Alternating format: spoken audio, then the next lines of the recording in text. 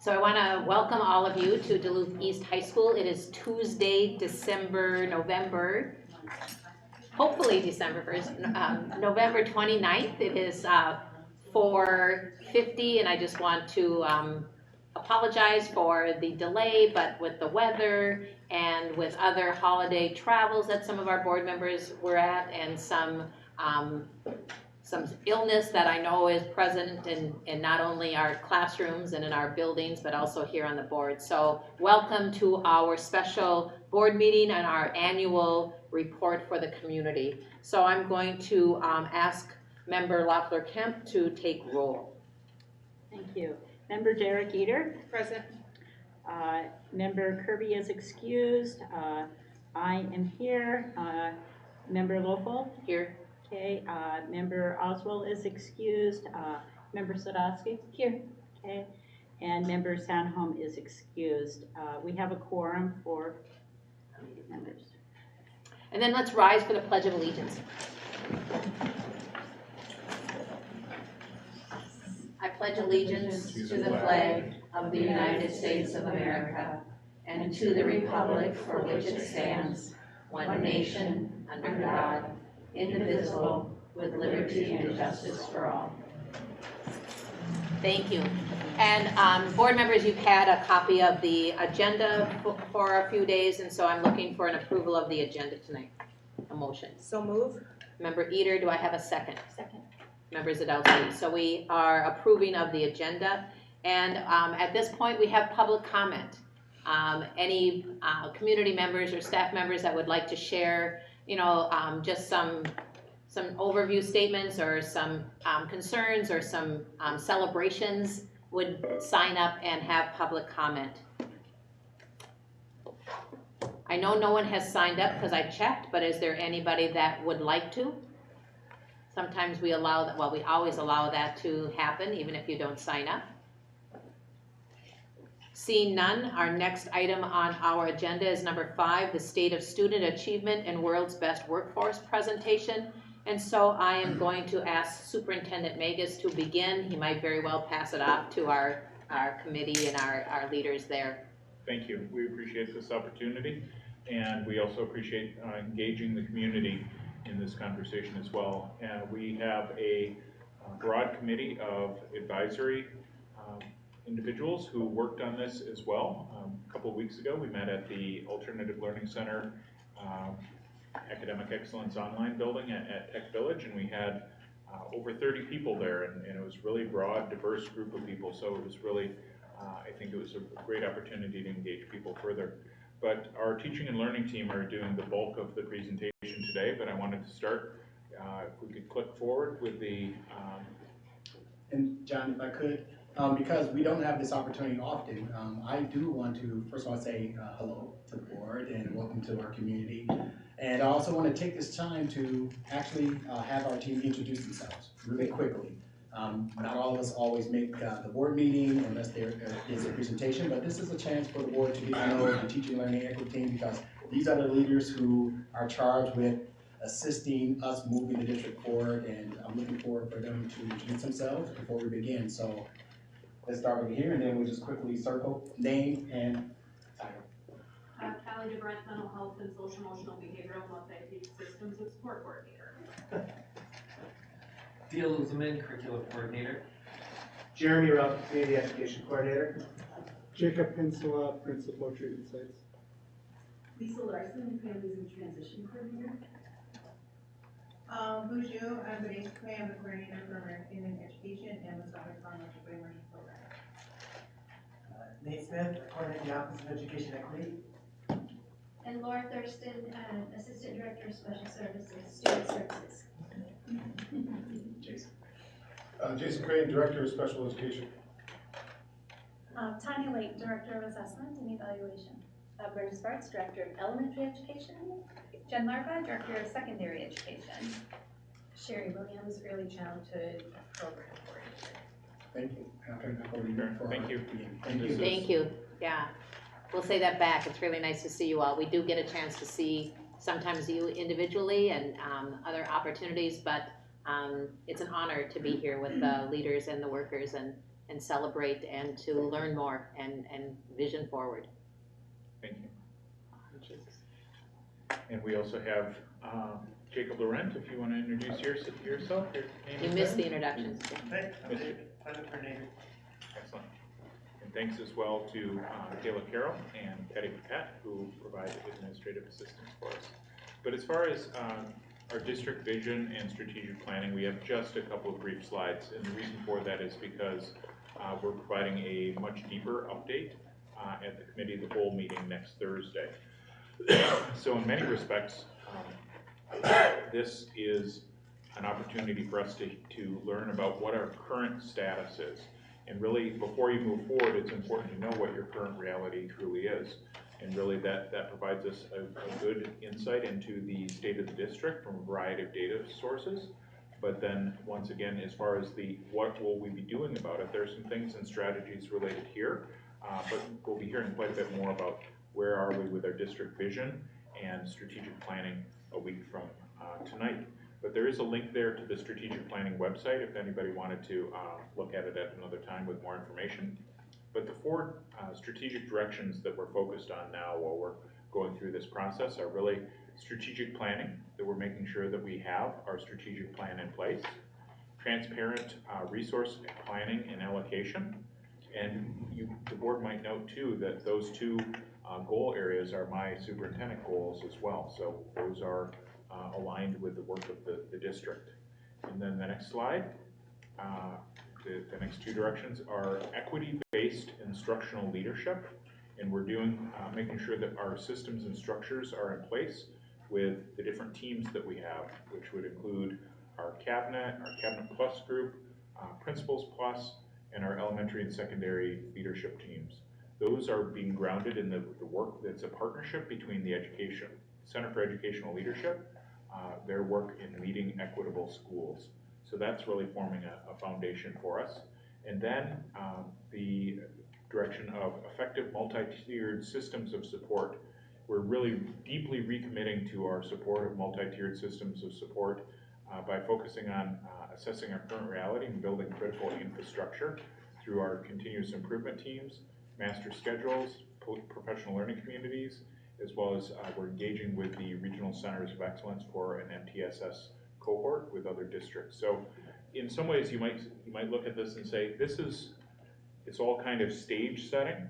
It's making sure that we have our leadership teams in place and well structured, that we have a multi-tiered systems of support framework in place that we're understanding, and that we're allocating resources, and we have the strategic plan in place. Those are the four strategic directions that we are operating under now, and that will merge into the work as we on-ramp onto our strategic plan, which we'll be hearing more about next week. And then I'll turn it over to the teaching and learning team, and I believe Dr. Lake is going to be sharing in the next slides.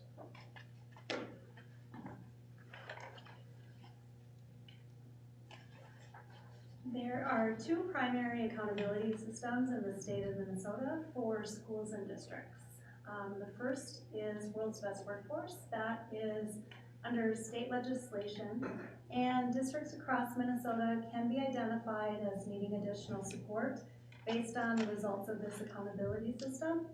This accountability system is directly tied to the federal accountability system, the North Star accountability system. So I'll be talking a little bit more about the details of that North Star accountability system. Our district was identified under World's Best Workforce as needing additional support. We were one of 15 districts across the state that were identified. That identification is based on the percentage of schools within our district who are identified as needing support under that federal accountability system. So that federal accountability system is the North Star accountability system. It's under the federal legislation, the Every Student Succeeds Act. We had 6 schools in our district that were identified as needing additional support.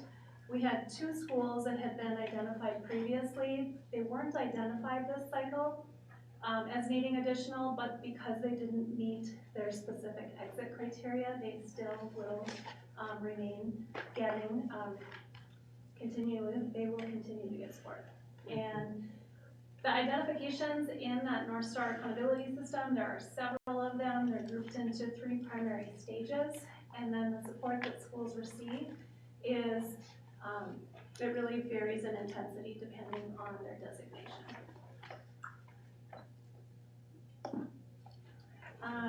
Before I get into each of the stages and what is included in them, just a quick note, there were some adaptations to this North Star accountability system due to COVID.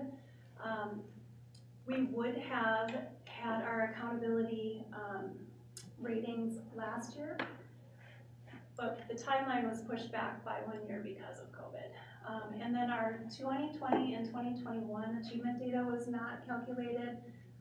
As you may remember, when at the beginning of the pandemic, we did not move forward with testing in that 1920 school year, and the 2021 school year was the school year where districts had very sporadic participation. So those 2 years was not calculated.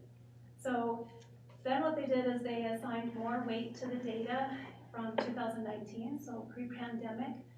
There was more weight given to that data in the whole system.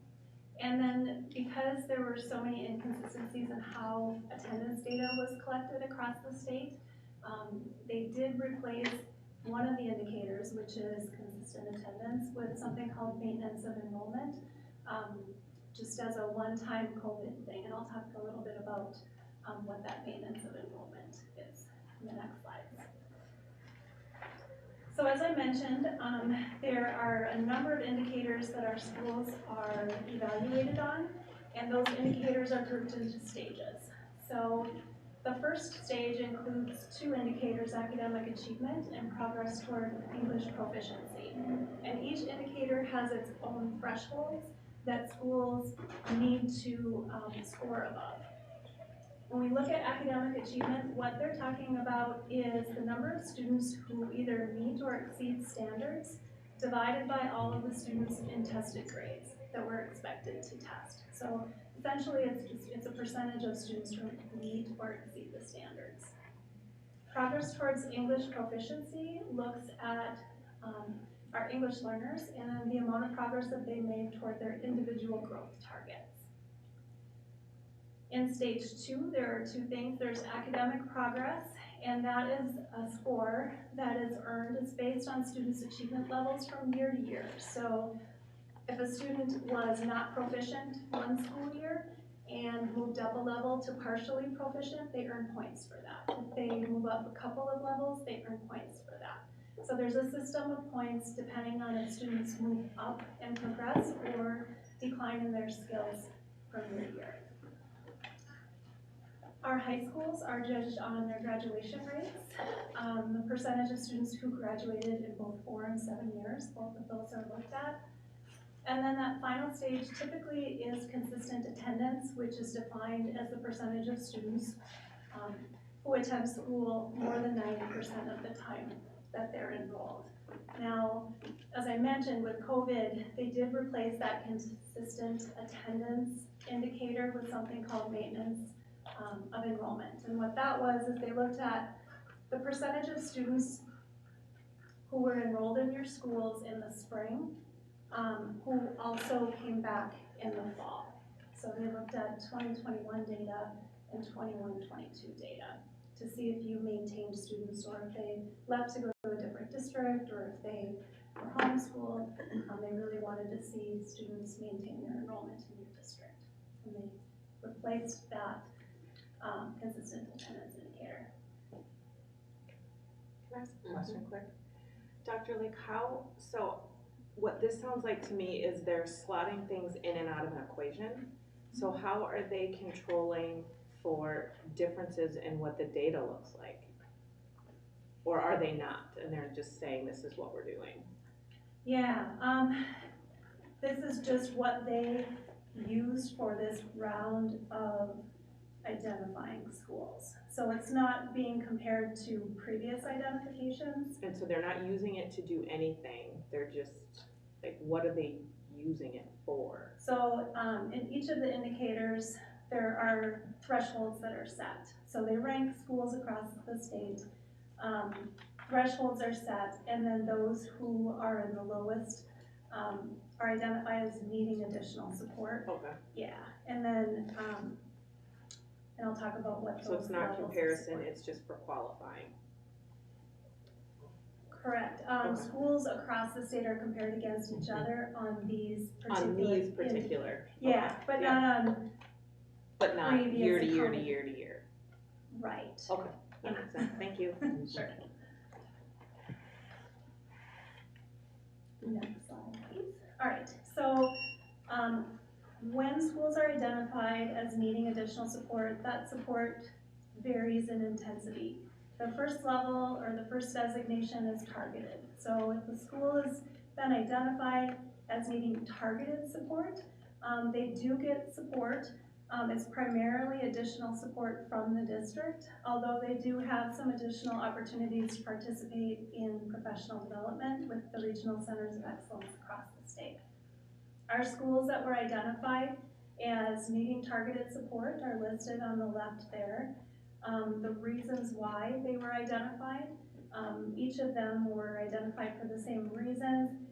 They had student groups that performed similarly to the lowest 5% of Title I schools across our state based on their performance in stages 1 through 4. So in at least one instance, in one of those stages, they performed similarly to the lowest 5% of Title I schools. And the student groups that were identified at each of those schools are in that next column. So for Myers-Wilkins was Black students, for MacArthur, special education, free reduced price lunch, 2 or more races, Lowell, special education, AEO was white. One of the things, well, a couple things I'm gonna say here. Myers-Wilkins and Laura MacArthur were also identified as needing comprehensive support, so I'll show you on the next slide what that was all about. So they will receive that greater amount of support based on that designation. Condon was previously identified as a school that needed support through the last accountability cycle. They did not get designated this time around, but they didn't meet exit criteria, so they will continue to receive support. There are some things about the calculations that, you know, I attached a very long document for those who are interested in those details, but I'll illustrate one of those details with one of our schools. So AEO was identified as needing targeted support, and it was because white students performed similarly to the lowest 5% of Title I schools in each of those stages. So academic progress, academic performance, going through each of those things. What's interesting about that particular school is, if we go back a couple of slides, Kayla, to where it showed the stages. Yeah, just I guess the next, 2 more down, with the one with the arrow on there. So academic achievement, the number of students who meet or exceed the standards in this particular area divided by all the students tested in those grades. Okay, so at that particular school, they were below the threshold for academic achievement. Happened to be in the area of math, and it happened to be with white students. When we dug deeper into their data, it showed that I believe there were 25 students who were expected to test. They're enrolled at AEO, they've been there, they met the criteria to be included into the accountability calculations. However, I believe that 4 students actually tested. So that means that the remaining students who were expected to test count as a not proficient. So, so that's why our participation rates are so important too, that play into this whole equation. So we can't definitively say that the performance of the students at that particular school are similar to the lowest 5% of Title I schools across the state on that particular indicator. Other than knowing, okay, we can't because all of our kids didn't test, you know, and what we saw in that particular one was the lack of participation is really what played a role in that particular school getting identified. Go ahead a couple pages. So then the next more intense level of support is comprehensive support. Schools that are identified as needing comprehensive support work directly with staff from the Regional Centers of Excellence. Our schools that were identified, Piedmont, Myers, Wilkins, Laura MacArthur, and ALC. You can see on the next column the reasons why each of those schools were identified, and then the groups that, the student groups that performed in those areas. So for Piedmont and Myers Wilkins, we had the same student group performing similarly to the lowest 5% of Title I schools for 2 identification cycles, and at least 1 indicator in each stage. It's kind of a mouthful, but what makes that one different is their performance was similar, not only this accountability round, but the previous accountability round. Laura MacArthur was within the lowest 5% of Title I schools based on performance in all 4 stages. And then ALC has a 4-year graduation rate below 67%. So any high school with a 4-year graduation rate below 67% gets identified as needing comprehensive support. One of the notes here, Stowe was previously identified. They were not identified this time around, although because they didn't meet the specific exit criteria, they'll continue to receive comprehensive support from the Regional Centers of Excellence. Member Lawford, I saw that you attempted to ask a question. It's fine, we can just keep going. Okay. Thank you.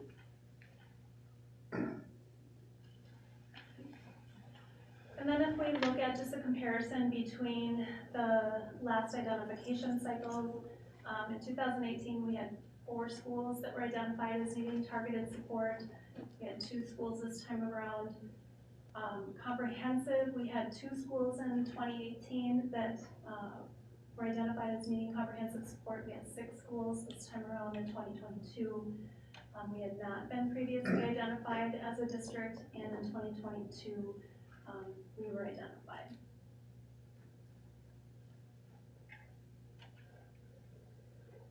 Now this is just, you know, looking at our additional achievement data, just pulling out some themes because we didn't do a presentation when our achievement data came out, just some overall district themes. Our reading performance has remained, the last couple of years anyway, steady and is above the state average. We had 9 schools that have increased their proficiency, 8 decreased, and then just as a comparison, our state slightly decreased. If we look at our student groups, we had a few student groups that did increase, Asian, Hispanic, and Black. We did have student groups that decreased, American Indian, 2 or more races, English learners, and free reduced price lunch. Special education and white students stayed steady in the area of reading. Can I just ask a question about free and reduced price lunch, to use that as a database when we've had hard time identifying those students, but we still have enough in that group to obviously make a data collection, but is there concern about that when we're not as sure about their status as we have been in the past? I guess I'm not sure how to answer that. I don't know that, I don't know that we're unsure of the status. If we're, you know, I think there are a couple of schools of thought. I think part of it is, you know, for a while the economy was better, so we were having fewer students identified, and it may be because they just really didn't identify or they wouldn't have met criteria. There has been some question of whether or not we are capturing all of the students who should be in that free and reduced price lunch group. So I guess I'm not sure how to answer that. Either way, you know, it's a part of the federal accountability system, it's part of the state accountability system. You know, and our numbers have fluctuated a bit, you know, in that area from year to year. Math, our themes overall, over the last couple of years, steady, and slightly above the state average. We had 9 schools that increased, 7 that decreased, 1 that remained steady. The state, from last year to this year, was steady pretty much. We had some students, groups that did increase in the area of math. We had our American Indian students, Black students, white students, special ed, and reduced price lunch. We had a handful that decreased, our Asian students, Hispanic, who are more races, English learners. And it looks like you can't decrease and be steady at the same time, so I'm gonna have to double check that particular line. I believe 2 or more races remained steady, but I'll double check that and make the correction. And then finally in science, we had a decrease last year overall, but are slightly above the state average. Some of our schools increased, some decreased, some stayed the same. Overall, the state did decrease, and again, similar to reading and math, we had some of our groups increased while some decreased. So we had Hispanic, white, special education made an increase, where American Indian, Asian, Black, 2 or more, and free or reduced price lunch decreased. For the very specific data by school, by student group, by grade, just about anything you might want, there's a link there. You can look closer. At the end of the report, right? At the end of the presentation, correct? Yeah. And if I could just comment, we as a district own this data and we take it very, very seriously. We take our responsibility to make sure that we're raising achievement for all of our students. That is first and foremost for us as an educational team and as a school district. One thing that we have seen nationally, statewide, and here in our district is that historically underserved populations that have had challenges prior to the pandemic fared worse through the pandemic. And so districts that serve a larger number of students that have free and reduced lunch or have not been served well by the school systems prior to the pandemic had wider gaps coming through the pandemic. And so there are a number of districts in the state that were identified as well that have had challenge, but in some ways the state is identifying districts that have struggled for quite some time. That does not extinguish or relinquish our responsibility to think about how are we going to educate differently and how are we going to work smarter around serving our students. We have hardworking principals and teachers and other administrators, but it's important for us to really think about how are we moving forward in ways that are going to make a difference for our kids. But I did want to point out that this is both a national and state trend, but it doesn't excuse our responsibility. Any questions before we move forward?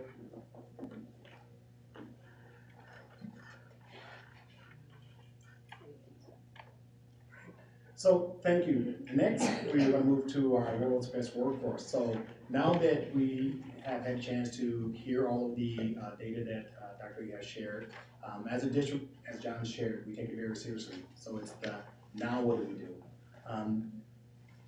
Oh, there it is. Thank you. As you already know, the world's best workforce was passed in 2013.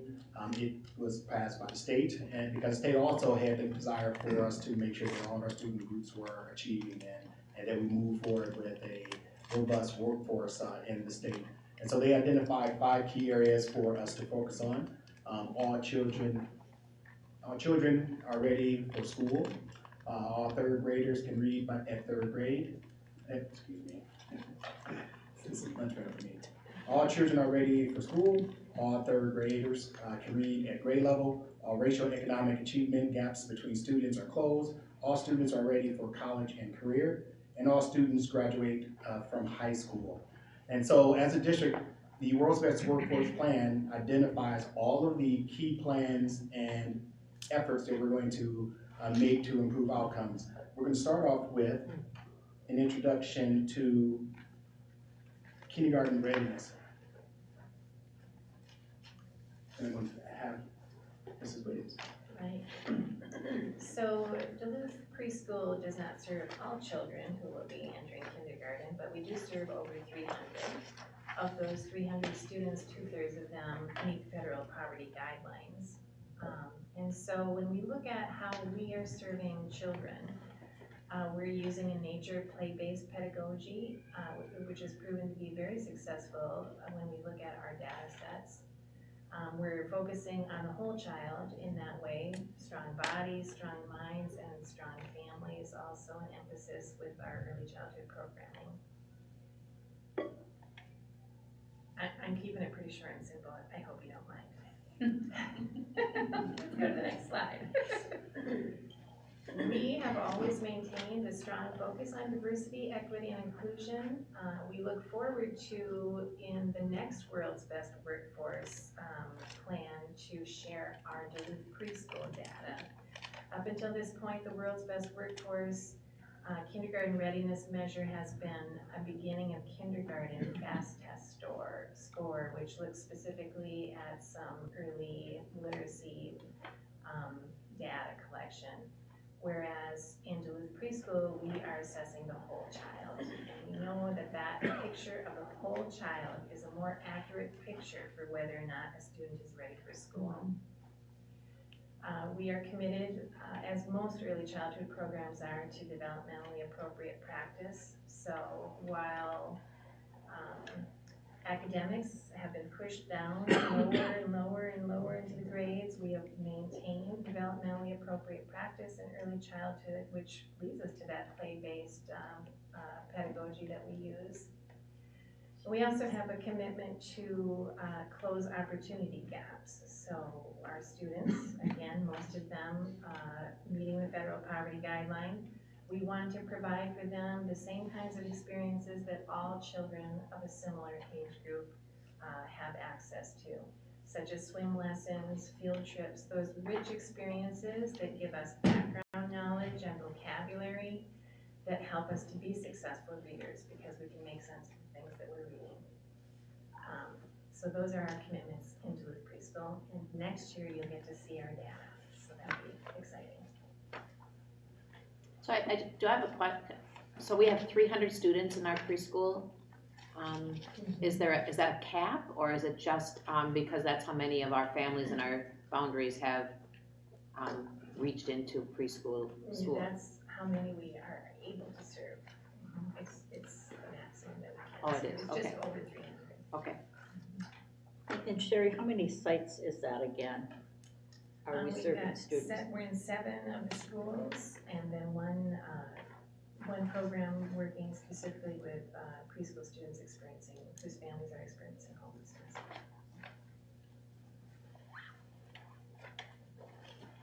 So can I expand just a little bit briefly on early childhood special education? Yes. So Sherry's programs are wonderful, and our early childhood special education staff support there as well.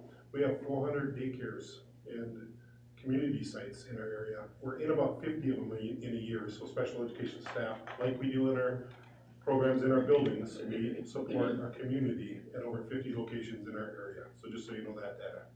Excellent, thank you. Good. Also in the World's Best Workforce handout that you have, you'll see additional key strategies for kindergarten readiness and the other areas that we're going to identify. So this presentation, we're highlighting some of those efforts, but the presentation you have in your hand, the document you have in your hand, has additional strategies that are being implemented as well in those areas. So I'll turn it over to Director Sparks. Good evening. Read well by 3rd grade. So each of these 5 areas are included in the World's Best Workforce because they're key indicators of student success. And read well by 3rd grade is really pivotal to students because, you know, preschool through 3rd grade is all about learning to read. And then anything after that, you use your reading skills to learn. So if kids aren't reading well by the end of 3rd grade, it just, science research says the gap grows and they fall further behind. So that's why this one's so important, kind of for the rest of their lives. So a few of these points up here. So English language arts curriculum aligned to Minnesota academic standards, because we are charged with teaching the standards. We do it through using the resources of Wonders for that comprehensive program. And then also we added Hagerty at the primary levels, which this goal is for, because Wonders doesn't do a spectacular job in all areas, which is fine, but you have to supplement. And so that's, Hagerty is meant to supplement on some of those key areas that kids have to master by the time they leave third grade. And then an establishment of a common definition of expectations of the instructional components. Across our schools, we should have a consistency and experience of how we serve kids. And having that common definition for teachers and those expectations of that ELA block gives us a real consistency and making sure that we hit the right components to see the greatest amount of success for kids. We are in a process right now, and Dale can help me out here maybe. There's new ELA standards being adopted, approved by the state, and then will be implemented by, oh, that should be off the top of his head. I know. So many years. A few years from now. We're looking at 25, 26 school year. So you're gonna hear a lot of that coming up. Right now we're working off, I think it's the 2013 standards or something like that. But coming up, we're gonna be training staff, we're gonna go through a process, we're gonna be looking at resources to align with the new standards coming out. So you'll just hear more of that coming your way soon. We also have to identify before the end of kindergarten, first, second grade, kids at risk of not being at grade level. Proficiency, and of course you know we use FastBridge, and it's that screener that can help us identify kids who aren't meeting those expectations or even growth expectations for themselves. And so, and we actually do a great job of that. Communicating with parents and guardians about their development, their literacy development of their children, which we do through conferences, individual meetings with parents, report cards. So there's a number of ways that teachers communicate with parents if their kids are not achieving. And then regular reviewing of data through data review teams, and then also our PLCs, data review, digging into how students are doing. That's a part of the PLC process, those professional learning communities that teachers are a part of. And so that's a regular part of practice. The data review teams dig in a little deeper. That's when the interventionists and support staff join teachers and talk about specific kids in need of intervening on behalf because they're struggling in some way. And then 3 times a year, I think last year was twice, but hopefully this year will be 3 times, we'll do data retreats where grade levels take a half a day and we get substitutes for them. And we did have them in the fall too, we did do them. All 3. Yeah, okay. And then they really dig into the data, and usually that's done after you do the FAST screening, so you have that fresh information that they can really look into and inform how they're gonna be instructing kids. The kids who are sitting in front of them now. Implementation of Tier 2 resources, so we have that core Tier 1, if you're talking MTSS, structures, and then we have our Tier 2 when kids are in need of some kind of intervention. Then what do we do for them? Well, we have some different resources than we use in the general education classrooms. That leveled literacy intervention, if you hear LLI, that's what that is. And then PRESS, I don't know what PRESS stands for, but it's a diagnostic tool. It provides for class-wide interventions and also targeted interventions. And that was developed through the University of Minnesota. It's actually a really good tool, and we use that for, you can use that for teachers in the general education classroom, interventionists. There's a lot of different uses for that. And then our intervention team this year and last, we added what are we calling her? A content specialist for the intervention teachers. We didn't have that before, and intervention teachers kind of didn't have that guidance and that consistency and a way to address the needs of kids across our schools. But Cindy Upton took that job, and she's done a really fabulous job pulling that team together, having a lot of trainings, a lot of discussion, a lot of collaborative, just looking for that consistency piece across the schools. And so really, I think she's done a lot for that tier 2 intervention process in our schools, and especially for our little ones. And so that's been a great addition to the team last year and this year. So, yeah. I'm sure there's so much more we can talk about. Excellent. Just 2 quick things. Cindy, again, had been a classroom teacher for years at Lowell. What's her title again? Content specialist for the intervention teachers. Okay. And then is one of the other resources the Minnesota Reading Corps for the pre or the K through 3? We do utilize the Reading Corps in some of our elementary schools, and they're just they're another resource that we use to intervene on behalf of kids. They have their own program, right, that's outside of our program.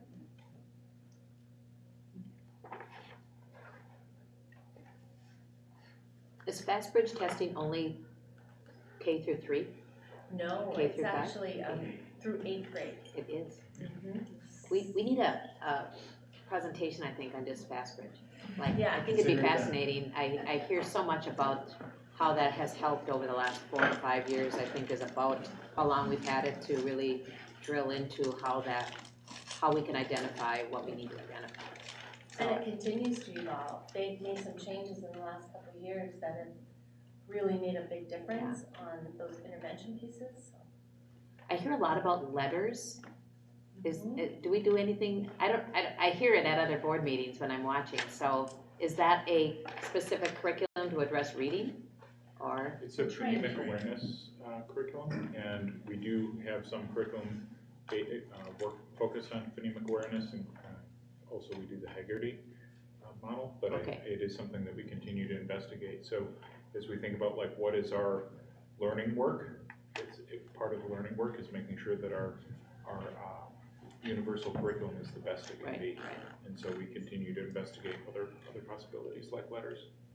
And it is an initiative of the state, and so they did start a cohort last year. So that's probably why you're hearing, and individual teachers signed up for that rather than districts. But I think it's going to be something coming. Okay. That's my question, because there is some, what do you want to call it, upheaval when you think about the field of how reading is taught right now, right? Like the neuroscience and all that. Yeah. So how is that, like, I'm sure that has to be integrated in at the state level before it trickles down, but how do we make sure that that our instructional curriculum matches the science? Haggerty is one of those pieces, because that phonemic awareness and the phonics piece, explicitly teaching that to kids is part of the science of reading, and so that does a much better job than Wonders, and that was why it was added. And Dale might be able to add a little bit more to that, but. Yeah, as we're looking at the new English language arts standards, we're seeing from the state move toward that science of reading and really incorporating more phonics and phonemic awareness in those standards.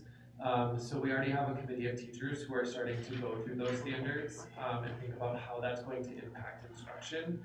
And then we'll be using that to help guide the revised curriculum to make sure that we're addressing some of those changes in the standards and instruction. Okay, so then my last question is, right, so I have a son who's dyslexic and dysgraphic, right? So we spent a ton of money outside of the public school system in a way that so he could get to the level that he needed to read. So when we have those students that are struggling with reading because of something, then how do we support them when we understand that there's a threshold or a capacity that they're gonna get to?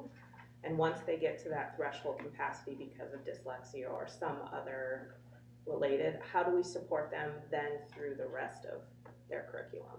Like, if you have a capacity to read so much because you're dyslexic, depending on where you're on that scale, then the entire rest of your schooling is dependent upon being able to, now we have to read to learn, right, instead of learning to read. So then how do we support those students as we go through?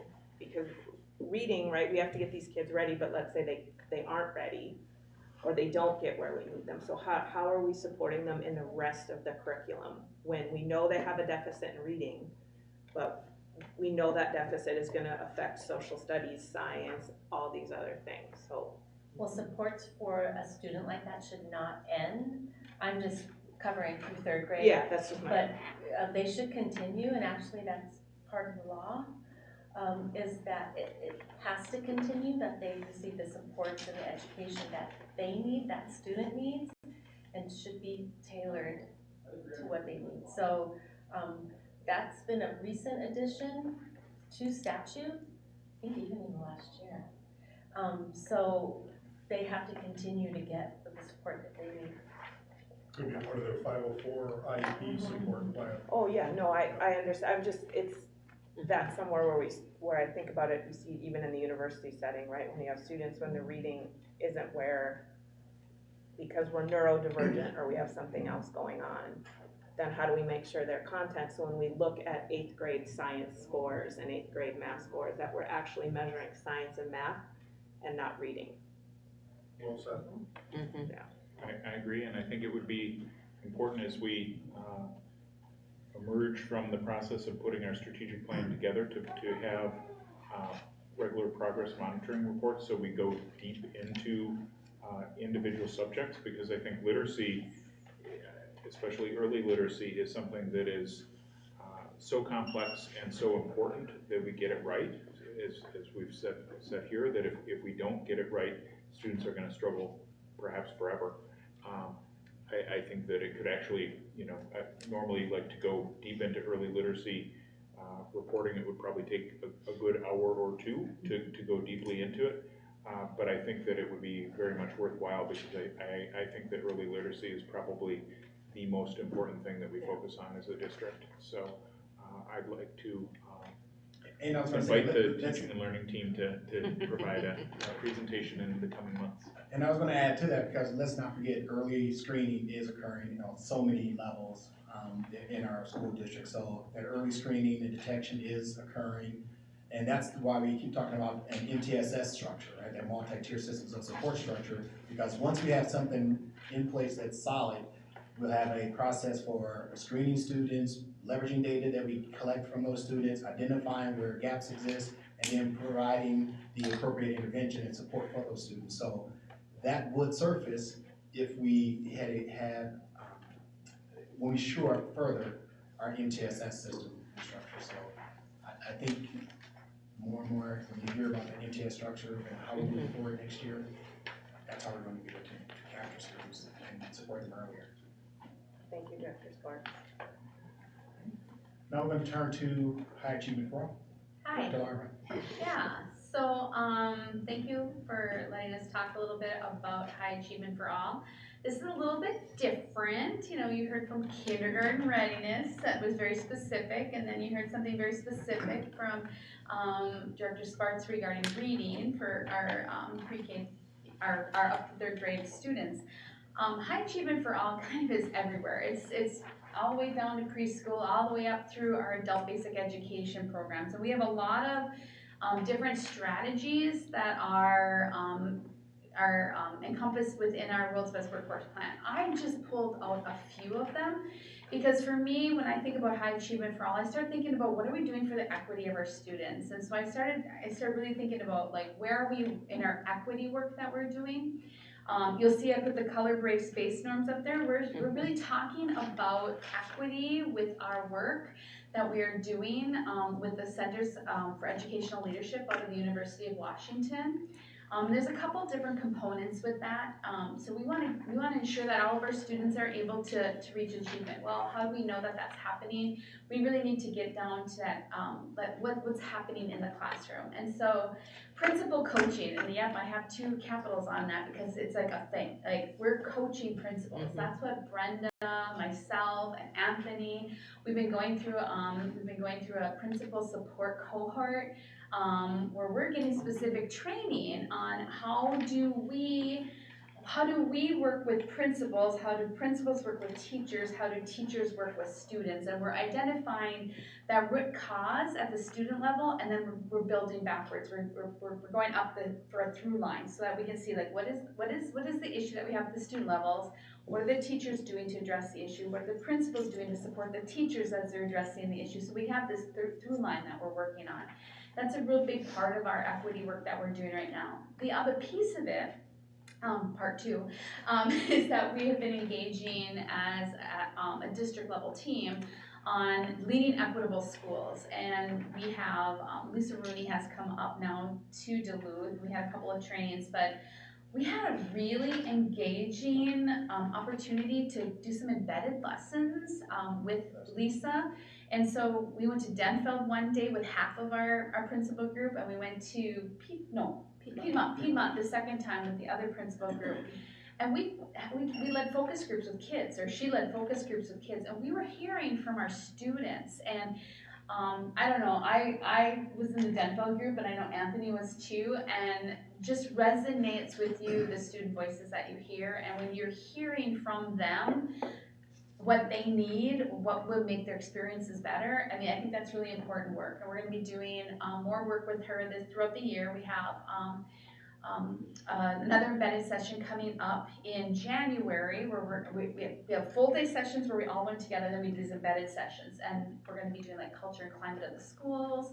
And then in the spring when we come back, we're going to actually get into some classrooms, and so she leads us through some processes and so how we can work to improve and support the desired daily experiences of our students, which, you know, as the strategic plan work. So it all kind of wraps it up into that. So we're really focusing in on some of those equity pieces because we want to ensure that we have that for our students. I think our continuous improvement team structure, we talk about CITs. Tanya's been doing a great job of leading our work with that. We're recommitting to the process of having our leadership teams identify root causes, doing our comprehensive needs assessments, creating our building, our site plans, that we're identifying strategies, and we're working towards whatever goals that site may have. And so I know that all of our CITs are meeting, and we're doing work related to our identification. So some of it is related to some of that work that we had that Tanya had shared earlier.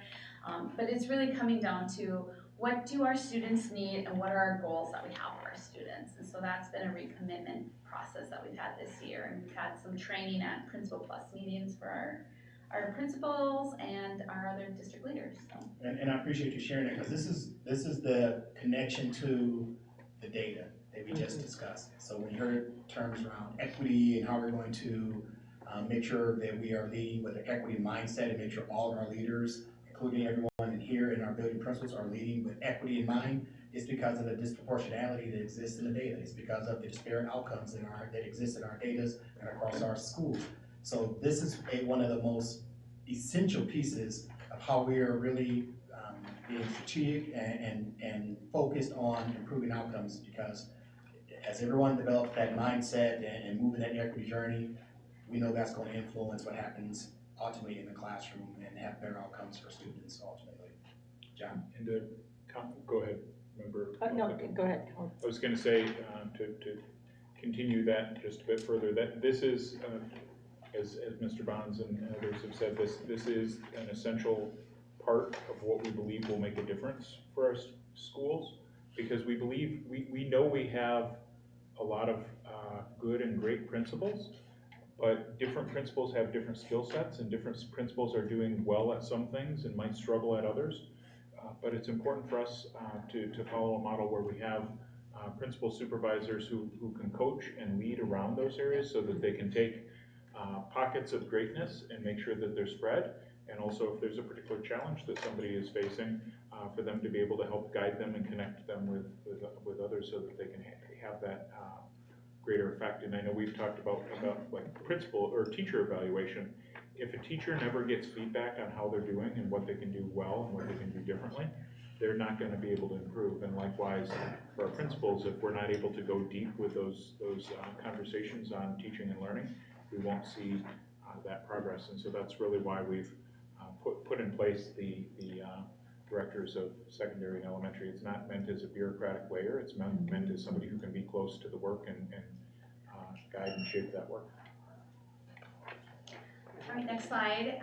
So here, Oh, sorry, I missed that. Thank you. Just a couple quick things, and thank you for adding that, Superintendent Magus, about just the support in developing our principals as leaders, and this is what this is about. But just a couple quick questions. The Leading Equitable Schools program or process, how long have we been working with them? So we started our journey with the Center for Educational Leadership last year, and we ended up kind of stepping back from that. We started the training, and then COVID, like around this time probably last year, things just kind of were blowing up, and our principals were really struggling to like what was going on in their buildings and staffing. It was really hard for them to break away in order to go to training for this. And then these embedded lessons, we're in rampant COVID. It didn't make sense for us to bring a trainer up and try to get into classrooms and get into our sites. So we set that aside, and then we kind of rebooted it again this spring. Early summer, in June, we did like a little overview again, and then we really started back up again in August. But the second part of it, not the Leading Equitable Schools part, but the principal support, we started, last winter maybe? I can't remember. I mean, it's been a long time, and we have a capstone project. I mean, it's like going to school. So we have a project that all of us have an identified principal, and we're looking at a problem of practice and doing that through line, and it's going through an inquiry cycle. And so we've been engaged in that, and I think we're done in the summer, maybe June, sometime. And it's with a cohort of other schools, of OSSEO being one of them. And then we're also going to do our MTSS training coming up this next spring with OSSEO. So there's kind of a through line, like Jen says, with all of that work too. And they have the same structure in OSSEO too. So it's nice to be able to talk to them too and see what they're doing and how they're doing it. Is that how we got paired up, was because of a there's training with yeah, it's still through the Center of Educational Leadership, and this was in conjunction with, was it the Caring Institute too, or University of Minnesota? University of Minnesota. Is this a part, I know they brought so some from at the MSBA, I know some of us attended this session, and then there was an online, is this part of the Principal Academy thing that kind of surfaced, and we got a big report, MSBA did a big report on it, and two women were kind of gathering all the data and did all this presentation, and I know for me it was an aha moment about like, this is a long time coming. The study is the study and moving forward, Right, I was gonna say the study is what because I was there as well.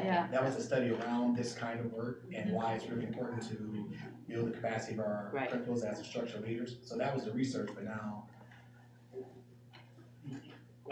Washington State and others have used that research to develop different kinds of programs like that. And so we have joined, we were early adopters, Thank you. Has been an early adopter, and then to be honest, then the state came along and now they develop cohorts to move this work on, because this is some of the best work and research out there on how to move schools. And so we're really proud of the fact that we are, You're almost a year in. Excellent. I just had one last question, and not to get too in the weeds, but your third bullet about continuous improvement team structure and recommitment to process. Can you just kind of give a picture of what the continuous improvement teams are looking like right now, just so we can see it better? So do you wanna take it, or? It's like, maybe you have worked a little more closely. Yeah, so all of our schools have a leadership team. The training has really focused on the school improvement process, and then just what is a CIT? So who's on it? What is the work?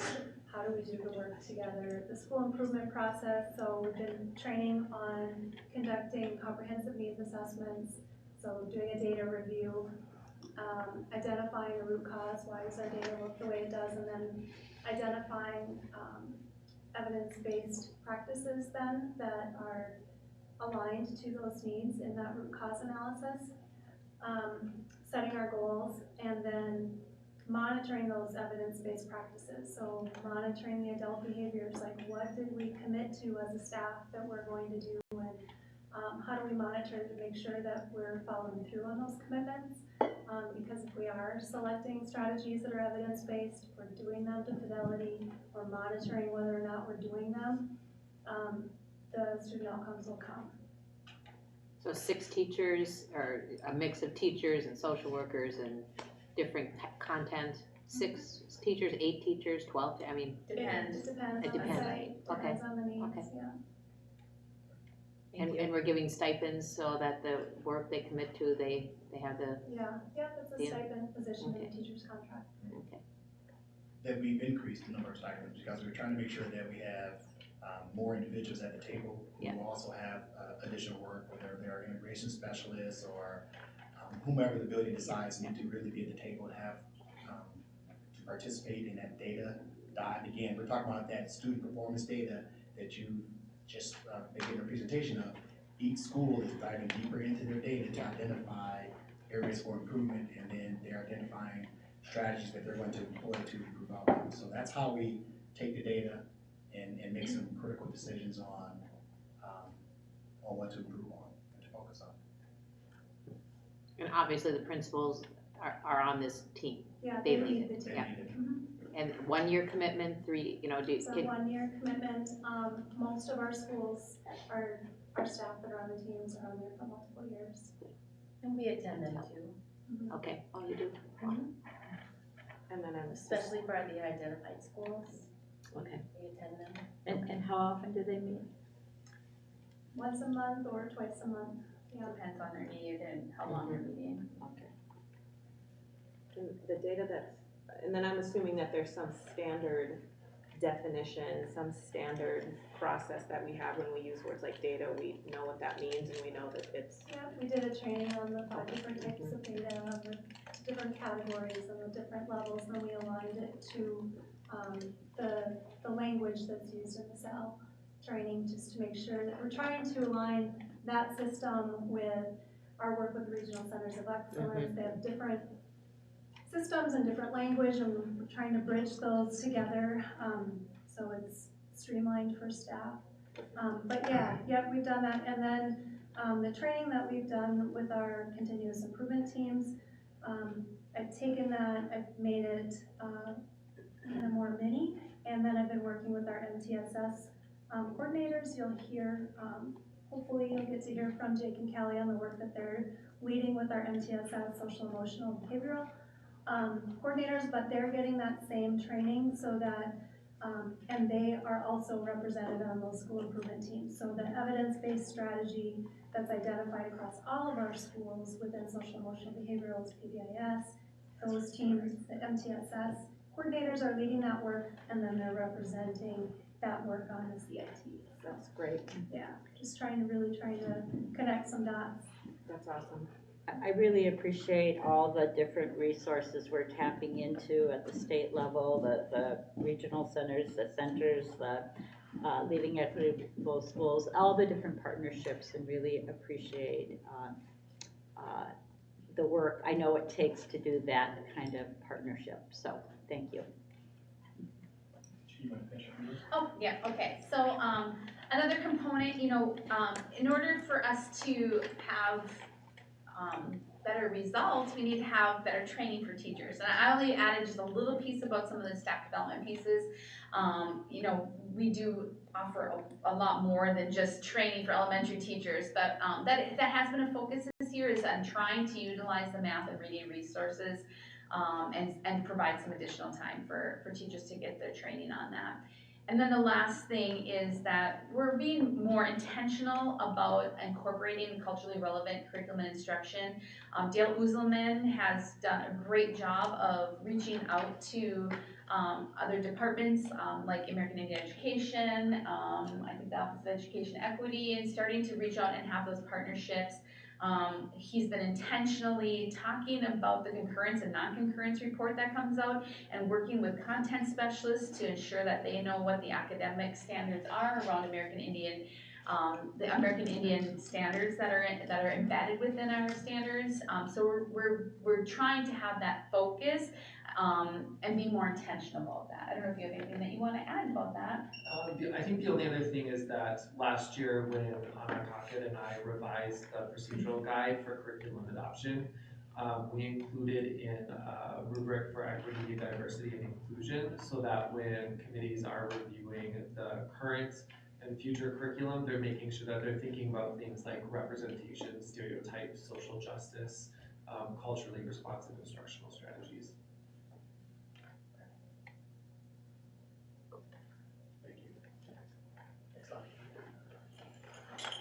Evening, myself and Kelly will go next, and your all listening skills are amazing. So appreciate that. You can definitely go into therapy if you want. But thanks for being therapeutic for us, so appreciate you all. We're going to be kind of talking about the social, emotional, behavioral side, and one really blessed to just have great teammates with us. Tanya has been an awesome resource, as well as Wendy Brock, who works under her. And also another shout out for Dale, including social emotional learning in that curriculum review as well. I think that's a huge precedent. The social emotional behavioral side of MTSS, and I presented to you before, we see it as this umbrella, and really we can put about any piece we want into there. And I think this has been a journey, and this year is really cool in terms of the rubbers in the pavement. And starting to make some of these more systemic changes in our schools. And so I'm your icebreaker, and I'm going to pass it off to my teammate, Callie, to give you all the deets. Yeah, thank you. I'm going to start out with an optimistic piece to this. I've worked for the district for 9 years, and this is by far the most positive I've felt in terms of where we're headed with social emotional behavioral MTSS. I think we're really taking some really positive systematic strides to align our buildings and provide evidence-based work across our sites.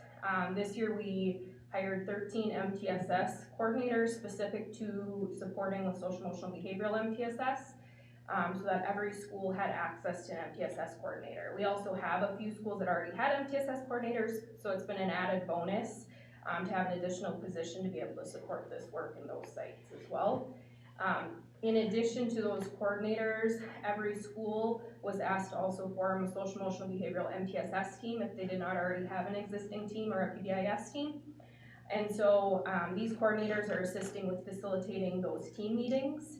And Jake and I are meeting with these coordinators, these MTSS coordinators, bi-weekly. And so we're providing training, ongoing coaching, support to all these MTSS coordinators throughout the course of the year.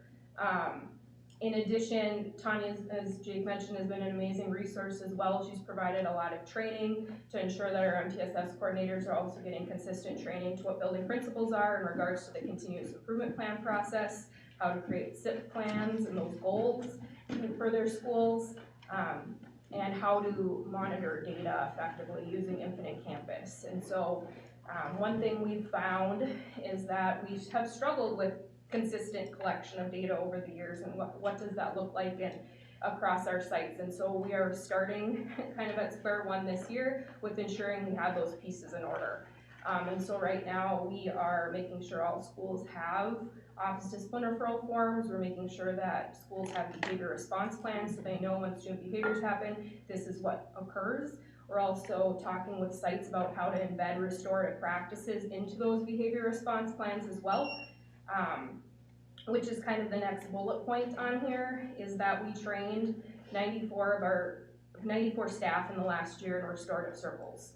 And so all of our behavior support staff virtually, aside for maybe a couple that are new, or added later have been trained in restorative circle.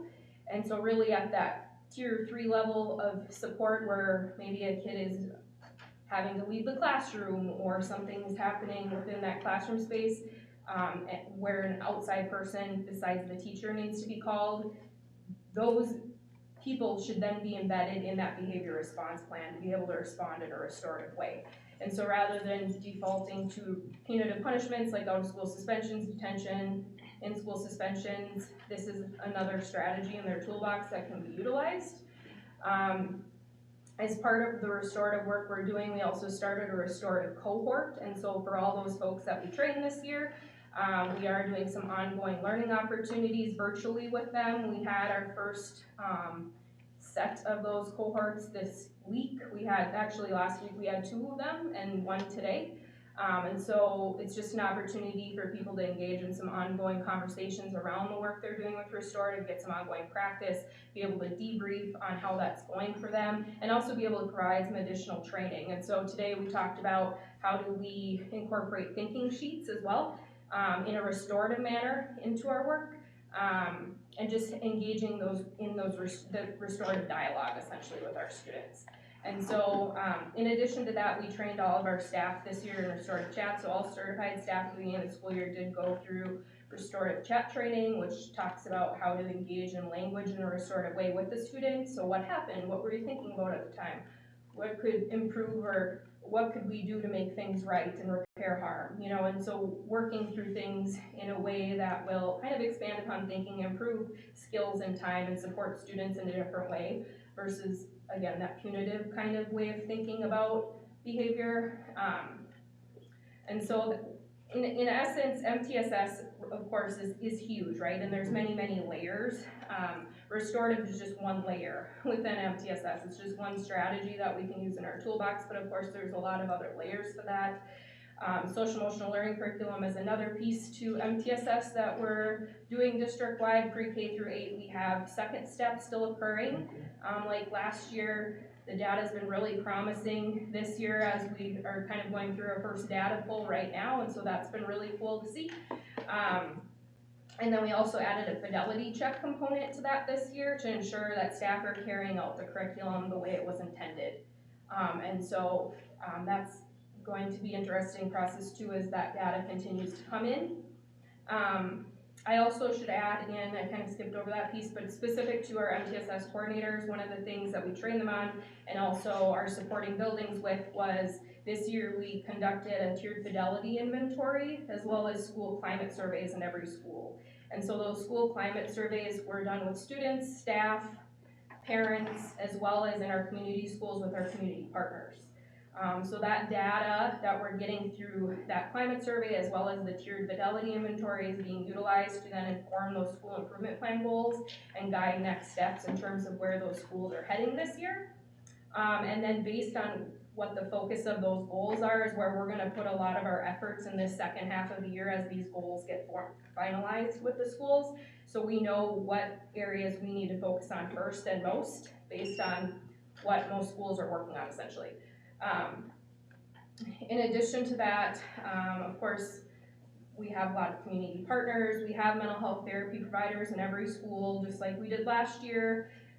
We also partner with Fond du Lac to provide specific services as well for our Native American students. We also provide therapy services for our deaf and hard of hearing students through an organization as well. And then we also have a partnership with the Center for Alcohol and Drug Treatment in our high schools. We'd like to see that at the middle school level, but right now it is at the high school level mainly just because of licensing issues. It hasn't been able to be expanded upon just yet, but that's been a positive addition to have that option as well. And then Project Aware continues for the second year and has been really instrumental in driving a lot of work in our district.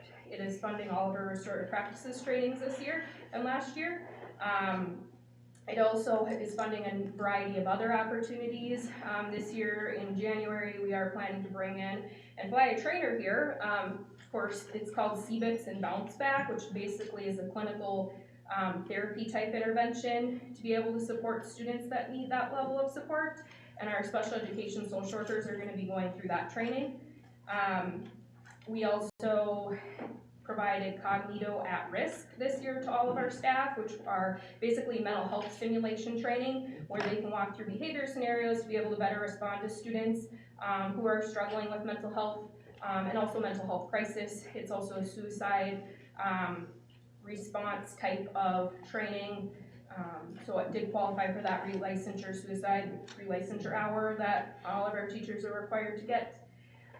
And we have also provided this year mental health protocol training, so just making sure all of our staff are aware of what is the process to respond to students that are experiencing mental health struggles, as well as when they are a suicide risk, what is the step we need to take in terms of assessing them, who are those go-to people in our buildings to ensure that they're getting the proper support that they need in a timely manner.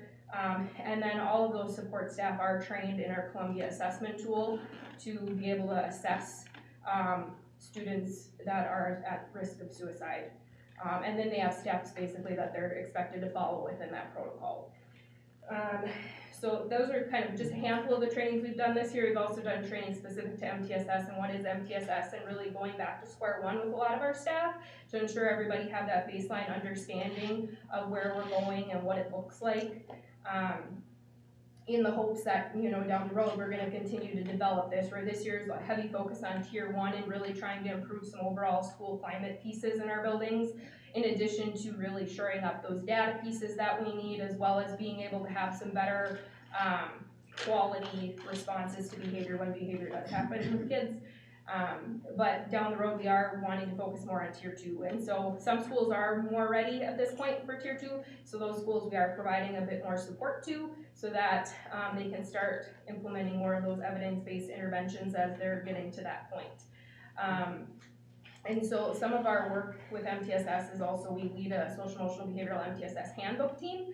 We're revamping a handbook essentially that never existed up until a couple of years ago. And hopefully by the end of the year, the goal is to have that finally completed. And so within that handbook, we are developing a menu of options, basically, of what tier 1 should look like, what tier 2 should look like, what tier 3 should look like across our school sites. And then we also have a review team that meets for the first time this Friday that's going to be also giving us additional feedback on that handbook work, and in the hopes of continuing to align this better across our district and moving forward towards having a common vision of what MTSS should look like in our schools. Myself and Todd McGowan, who is an SEL interventionist in 4 of our school sites, are funded through Project Aware. Having him has been an added bonus this year because 4 of our schools have not had historically gen ed social workers or counselors in them. And so he's been able to provide tier 2 support for those schools. He's also been instrumental in being able to support those schools with also developing their tier 2 interventions that they can run within classrooms as well. So he's really walking them through what are those steps for problem solving and teaming in an effective way, and being able to support students differently than maybe has historically happened in a few of our sites. And what else have we done? We've purchased a variety of materials through the Aware Grant, which has been really nice. And so for example, our restorative language or restorative chats, when we provided that training, we also purchased posters for every school to have as reminders, visual reminders essentially of that language, or purchase restorative chat cards so people can put those in their work badges. And just as a consistent reminder of using that language. And we continue to provide that ongoing training and support to be able to keep restorative work in the forefront. Project Aware Grant, how long will that stay with us? So it is for 5 years in total. Can we reapply? So we have 3 more school years, full school years, and then I think it ends like in the beginning of a school year, the next school year. So it's like in the beginning of September. That was so huge. essentially 3 school years. Thank you for that. Yeah. It's been that work. That's been thinking too of these MTSS teams, these behavior teams, we're also able to pay them stipends just like a CIT. And so that always makes me feel good because we've asked educators to do a lot of free things over the years, and to have these teams set up at schools that historically never looked at behavior critically is a game changer. So it's cool to see what it can do. And Kayla, can you go back to that slide real quick, the one they were just on? And again, these are many of the efforts that are underway. So when the community and board and others are asking, what is this school district doing to create positive learning environments, safe learning environments?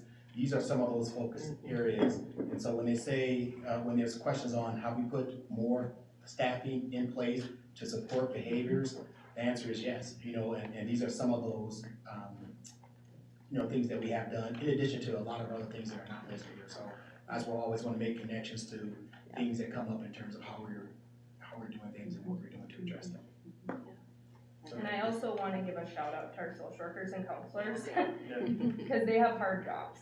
They do a lot of work every day that I think is significantly how do I want to put this? Underappreciated, just because it is hard work, and there's not enough of them. We know that this is just a shortage across our state in the number of social workers and counselors that we have.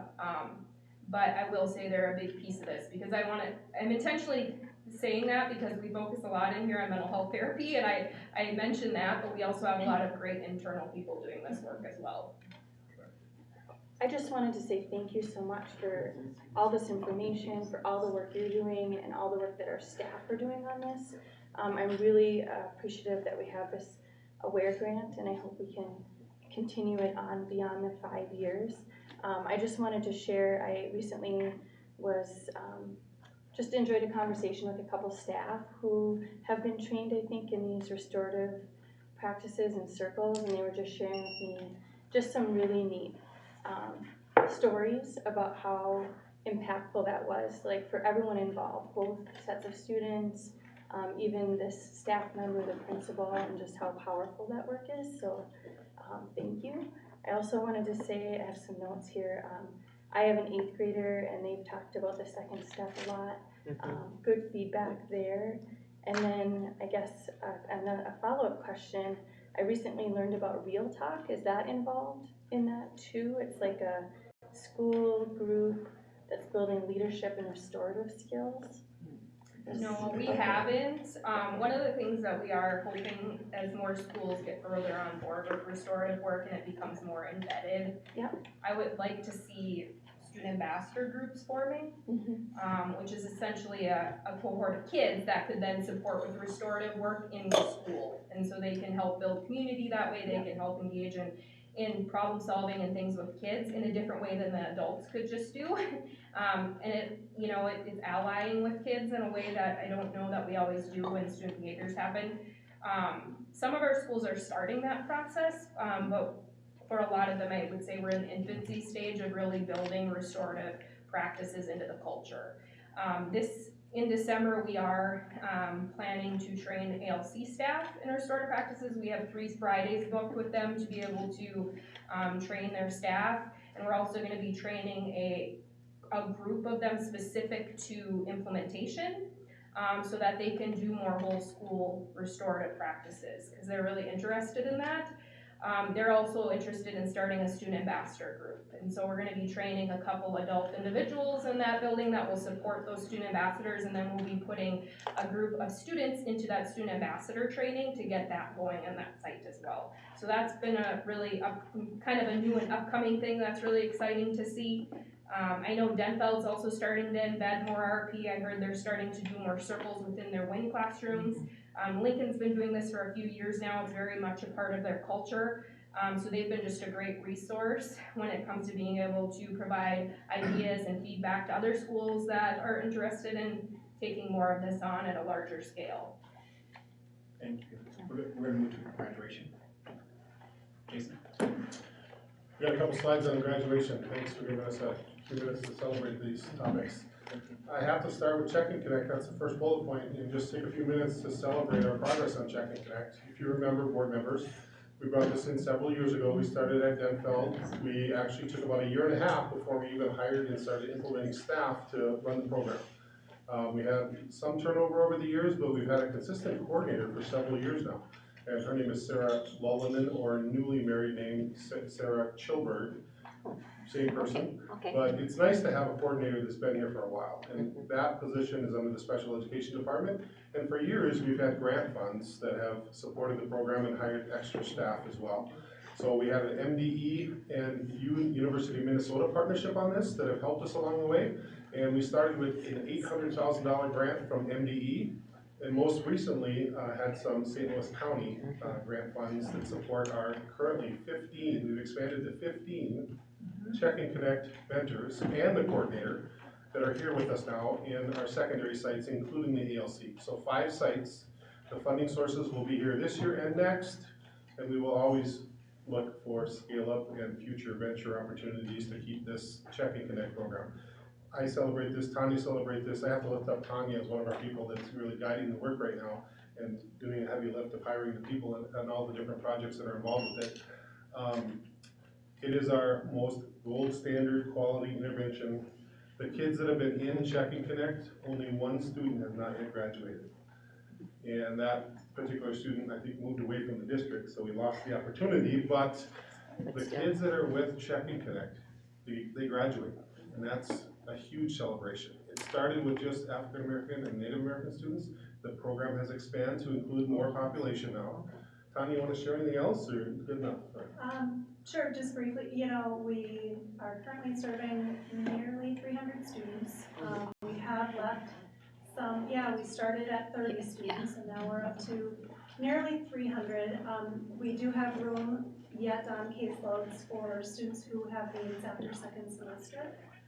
So we will be able to increase our numbers there. We wanted to intentionally leave some room, but we have some really top-notch staff that we hired. So our coordinator's fantastic, our mentors are just top of the line, doing great work, and our data really speaks for itself. So And so we're some very diversity, I think, in our staff hires, Yeah, our mentors and our tutors. Yeah, it matches, it exactly at this point matches our student population. So we're really proud of our, we have that. Excellent. Yeah. Jason, the 5 sites again are? 2 middle, 2 high school, and the ALC. That's where we're currently implementing Check and Connect at this time. I'm just trying to think if I missed anything there, because I know it's such a special project that we want to see that continue in our district. That's making really great gains. We did attract a lot of our own current employees, and we were able to fill a lot of those positions as well. So just celebrating that some of our best and brightest employees are in those Check and Connect positions now and doing a high quality job. And a high quality job includes a lot of data collection for fidelity measures. We're really crushing it with that project. So other bullet points, just let me talk about special education for a brief second. We have a wonderful special education team in our district, over 400 employees. Duluth Public Schools has a very inclusive model. We have birth through 21-year-old programming. Most of our students attend their home attendance area school. A few students, for example, Homecraft doesn't have an autism program, so a Homecraft student might go to Lesser Park, for example, but that's a rarity. In our secondary schools, most students have the opportunity to attend their home attendance area school because we have light programming in all of our secondary sites. And second bullet point celebrates some of our kids that are at risk and might have risk categories, indicators that might need support from ALC and do some credit recovery. So we really expanded our opportunities for kids to remain in school, make up credits, and work towards graduation.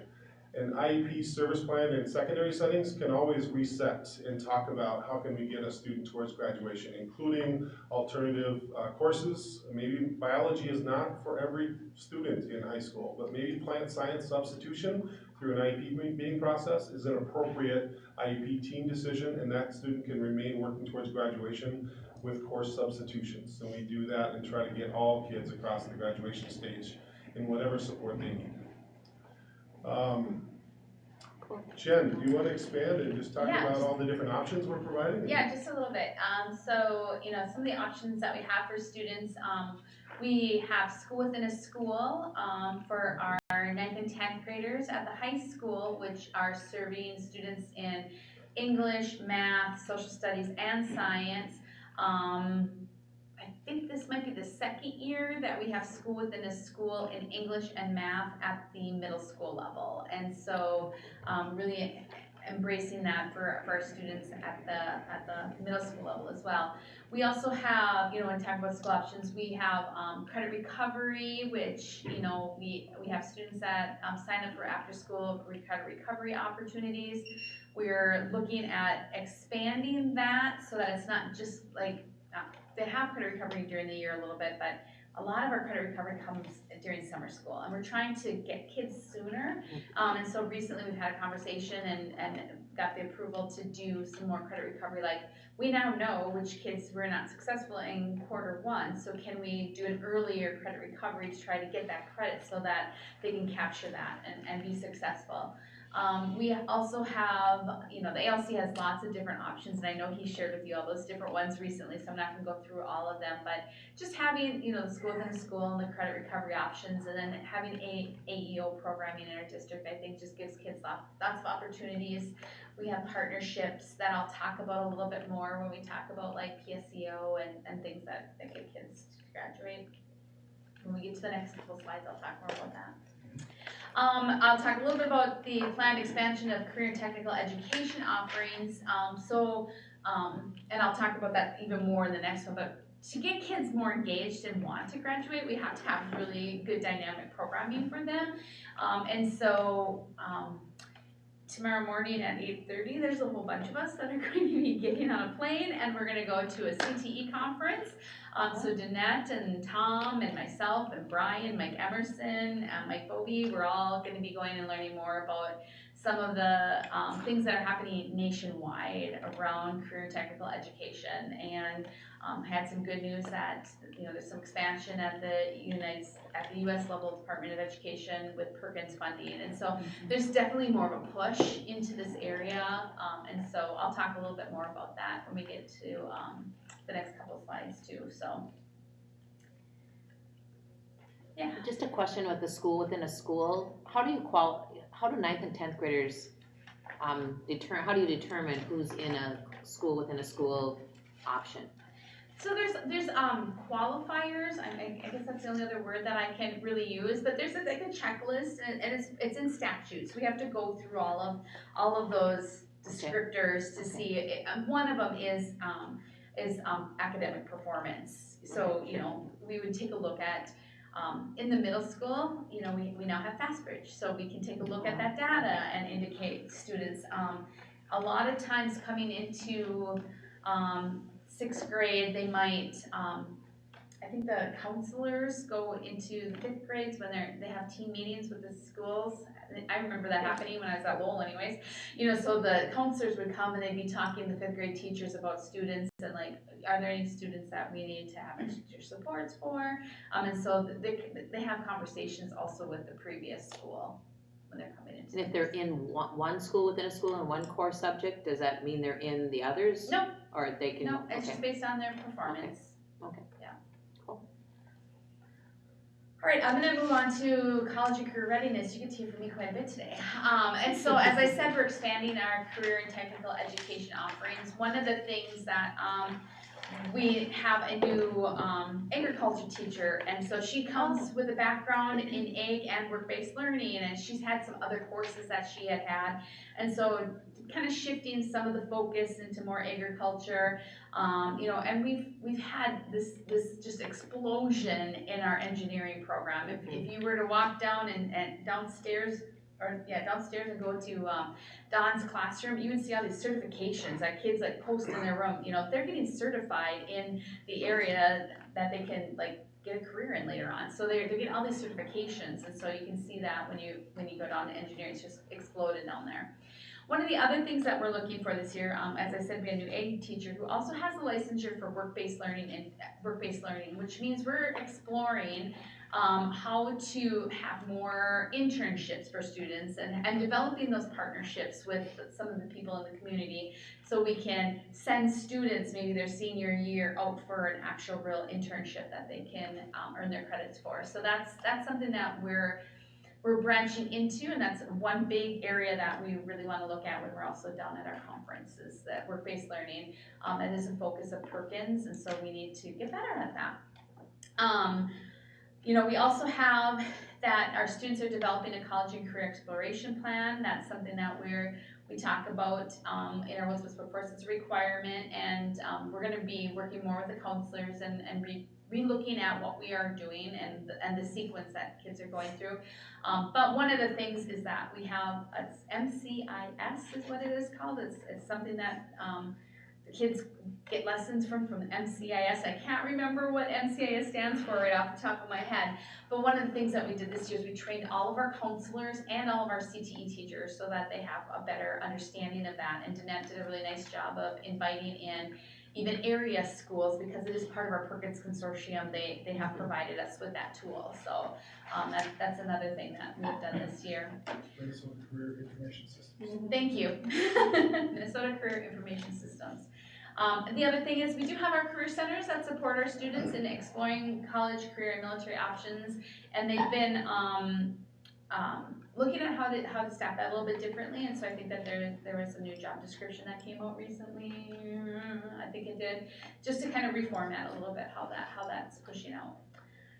Next slide is college. I wanted to talk about this one. So we have lots of opportunities through our course catalog. Or if you ever just wait till you get to high school, course catalogs, those are pretty big. We have a lot of options for some concurrent college credits as well.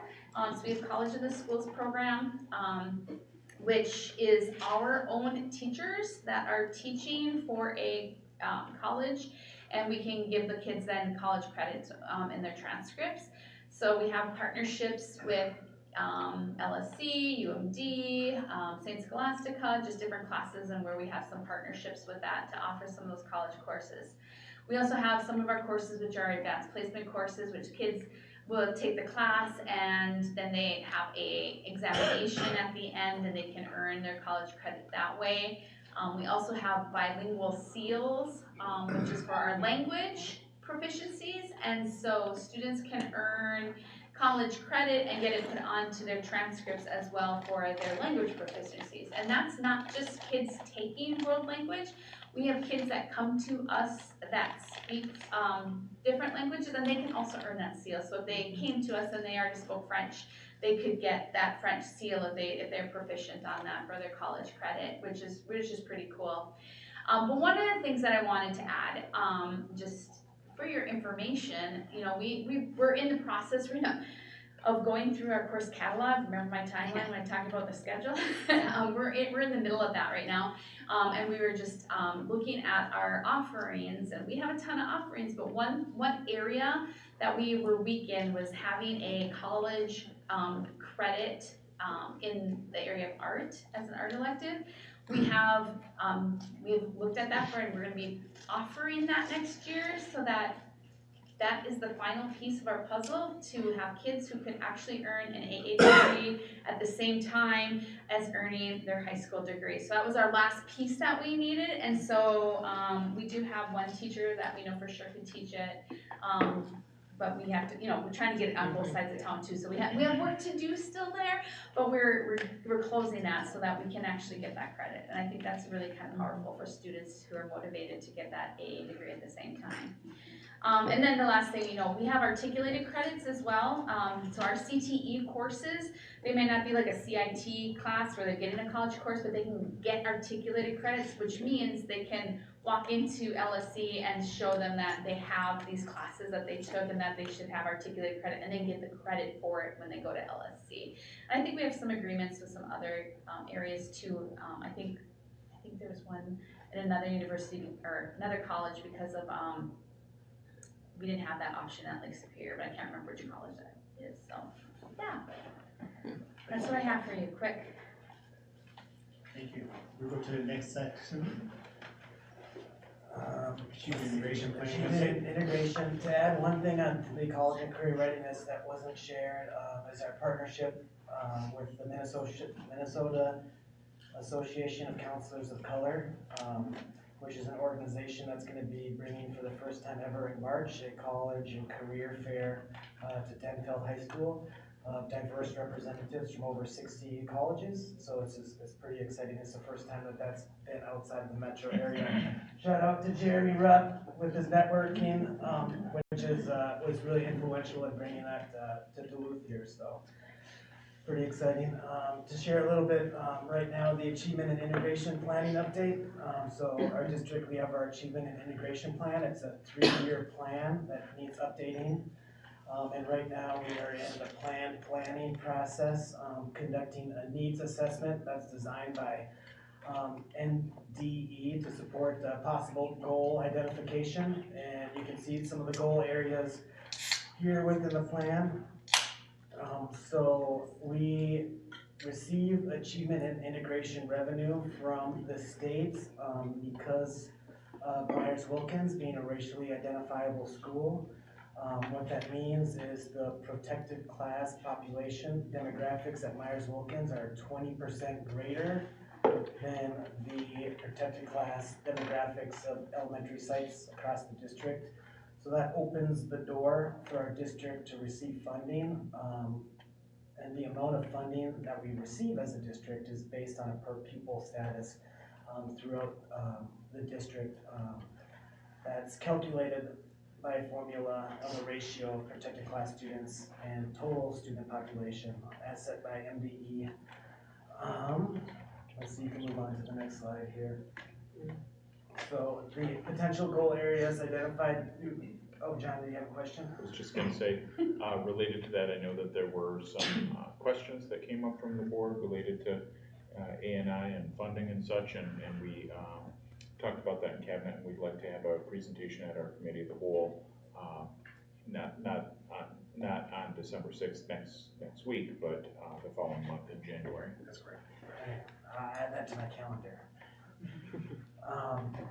So the goal areas identified through the needs assessment are aligned with strategies to support MDE's achievement and integration goal areas of reducing disparities in academic achievement, reducing disparities in equitable access to effective and diverse teachers, and increasing racial and economic integration. So we do the needs assessment. So right now, some of the needs assessment that's happening is building walkthroughs. MDE suggests that we do building walkthroughs in at least 75% of our schools and classroom visits, K through 12. And MDE has a needs assessment, basically a survey that you just go through and you get all this data, you bring the data together, and then it determines needs as a district that we can use to kind of guide some of the strategies that we write into our achievement integration plan. MDE requires that up to but no more than 80% of achievement and integration revenues be spent on direct student support. Up to but no more than 20% be spent on professional development, and up to but no more than 10% be spent on administrative costs, facilitating the implementation of the A&I plan. That adds up to 110%. I realize that that's a result of legislatures, I think, creating the design for how this works. But that's basically all that I have. As we go through the needs assessment and the achievement and integration planning, it's due to MDE by March 15th, so you all will have a chance to review it in February, give feedback and otherwise. Thank you for sharing that. And if you would, I want you to refer to the World's Best Workforce handout that you have, page 3. The reason we are providing this update, as we indicated here, there are multiple policies as well as plans that support the World's Best Workforce. So you'll see on page 3 that the Achievement Integration Plan is one of those documents. So I'm just trying to make sure you and the community are making the connections to all the work. Any questions? Is that page 4, Anthony, this one? Oh, my page says 3. Okay. Thanks, Anthony. It's right above what says World's Best Workforce legislation. Thank you. Thank you. We will go to our next area. All right, that would be me. So currently, our American Indian Education Planning update is our state program plan is due tomorrow by 4:30 p.m. I've been working diligently this afternoon with our parent committee on the budget because they're there were some concerns as far as, only no more than 50% of that funding can be used for staff. And so we were trying to figure out, like, how do we use this money to the best possible way to reach students? And there was a discussion about needing more staff, because currently within the American Indian Education Department, we are serving over 500 students at all the sites, and we only have 5 staff to do that, which makes it hard. We're currently only housed in 9 of the sites across the district. And so basically we're just having a conversation today, like how do we utilize this funding the best way? And through this funding, we are only able to pay for one American Indian homeschool liaison. My salary, and then, or a portion of my salary and a portion of my clerical salary, and a half-time classroom assistant for Massabican. So normally I get my plan in ahead of time, but because of those conversations and trying to figure out and come to a consensus with my parent committee, because they're the ones that guide the work for our department, it's taking us a little bit longer. So anyway, in years past, our state Indian education program plan, we did follow the world's best workforce. But last year there were changes, because the state Indian Education Department realized that there was not cohesiveness amongst American Indian Education Program departments and the school district that they were housed in. And they were looking at the data and realizing that some of the goals of the world's best workforce were not meeting the needs of American Indian students. So specifically for the funding that they provide to us from the state, there are different goal areas. And out of it says 7, but it's actually 6. And so I looked at our goal areas with the state Indian Education Program Plan, and the district does have 4 goals that meet the 6. So that's, I mean, it's still good. I had to dig through and figure out like how does what World's Best Workforce is doing as a district, how do they align with the state Indian education goals? And so they're meeting the first 4, and the last 2, I couldn't find any correlation there. Let's see here. So,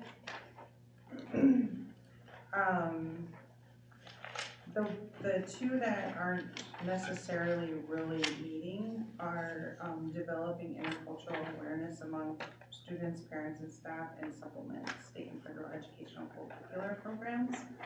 I couldn't find anything really connected with it, but when it comes to post-secondary preparation, you know, there's definitely, we're looking at the college and career, academic achievement, we're looking at the reading and math and science goals, making curriculum relevant to the needs and interests of American Indian students. They are definitely, and I'm going to give props to Dale again, because he has reached out numerous times. And how are we focusing as a district and as a department on the American Indian focused state standards, and how are we providing resources not only to the content specialists, but also to the teachers, and how are we going to provide professional development? So we've been working on those types of things, which I think are really good. And something that I didn't add on here, because my main role is to run American Indian education programming for Duluth Public Schools. Underneath that is coordinating the Massabican Ojibwe Immersion Program. And so looking at the World's Best Workforce Plan and listening to all the, different departments, you know, presenting out on the work that they're doing, I all of a sudden got an overwhelmed feeling of like, how are both of the immersion programs embedded in the world's best workforce? We talk about interventions, we talk about curriculum, we talk about, staff training, but are they focused and are they really, like I said, focusing towards our immersion programs? And we're talking about staff training, there's so many things. And I wouldn't be doing my job and I wouldn't be doing our students that are in immersion, both immersion programs, if I don't speak up and say, how are we working on interventions? How are we working on second step? How are we working on curriculum that are meeting the needs of all students in regards to immersion? And so I just was sitting here listening to everyone talk, and I just got overwhelmed with all the additional work that needs to be looked at in regards to immersion. And those would be really, thanks for pointing out, those would be great conversations. And we'll circle back to the teaming structures, our CIT team conversations, as well as our developing MTSS structures. Those conversations should be happening at the building levels, at the site levels, and identifying those areas for improvement and, you know, developing action plans. So if those are things that are needed at Lowell, those things should be surfacing from the review of the school data and participation in those ongoing conversations. Yeah, and you know, I do know that we do have, on what a plate is on the CIT at Lowell. But one of the things that really like stood out to me, and I just want to share it with you all as a learning opportunity, when we talk about Read Well by grade 3 and how reading is taught and the different strategies that are being utilized in Duluth public schools. When we're teaching our students how to read in Ojibwe, totally different strategies. So all the training that our teachers are getting, we need to make sure that we have training relevant to the needs of our Ojibwe immersion students, because all the training that we can give our 3 teachers right now will not be relevant to how we learn reading in Ojibwe. I mean, one word for us is like, it could be a 3-part sentence. And so looking at just the strategies and some of the training that's being brought to our district, I think we really need to be inclusive to our immersion, especially if we are, as a district, supporting Ojibwe language, you know, not only at the immersion elementary school level, but in middle school and high school. There's a whole basket full of different strategies that need to be brought out, you know, as professional development and increasing knowledge and training for our staff. And it's not just in reading, it's in all levels and all content areas. Questions? I have a question. I know when we met with the Saucon teachers, we talked about, you know, perhaps sponsoring like a summer curriculum writing symposium or like basically gathering all, because the curriculum work is really challenging because we're basically starting from scratch with a language like Ojibwe when it comes to curriculum. I was reading about a district in the state that's starting the first Somali immersion program, and I'm sure they're facing some challenges too. So it's important that we think about how do we band together, and so we talked about maybe bringing in all the immersion schools for a possible curriculum writing opportunity where we could have some professional learning and some curriculum writing, and just wondered if there was any progress on that front for the summer. I did bring it up to our Midwest Indigenous Immersion Network, which is a coalition of, I believe, 13 different immersion programs within the Midwest and into Canada. And they all seemed really excited about it, so we were just trying to figure out what would be the core focus. Sure. Because we would be very glad to sponsor and host that. We're also working hard to make sure that, and you, Chair Leopold, has been part of our tribal consultation, making sure that that work is an ongoing conversation rather than one time a year, check the box. We've done our consultation. We've had, I think, probably more meetings in this semester than we have in the 3 years that I've been here total. And I think that that's a good thing, because it needs to be a dialogue, and we realize that we have not fulfilled our responsibility of making sure that we're educating our American Indian students in equity, so we're deeply committed to doing so. And I also want to share that, with the resolution of concurrence and non-concurrence that I bring to the school board yearly, John and Anthony have made a commitment to review it quarterly to see any other progress. And then looking at the report here, I already am like in the back of my mind thinking, yes, we're making progress on meeting more of the needs that were requested and recommended in that resolution. Edie, you mentioned that regional organization. What was that called again? It's called the Midwest Indigenous Immersion Network. Okay. They have a website if you want I to look at it. How many districts in this Midwest region are offering an Ojibwe immersion? I don't know how many districts, but I believe it's like 12 to 15 schools or programs. Okay, in the region. So Yeah, out of region this that we're Midwest. talking about, Yeah. Minnesota, Wisconsin, Michigan, and up into Canada. And I probably say in those meetings that Duluth Public Schools is the only school or the first public school that started an Ojibwe immersion program. So we have that. And I want to add, and if you could share. Was that a mic drop that we heard?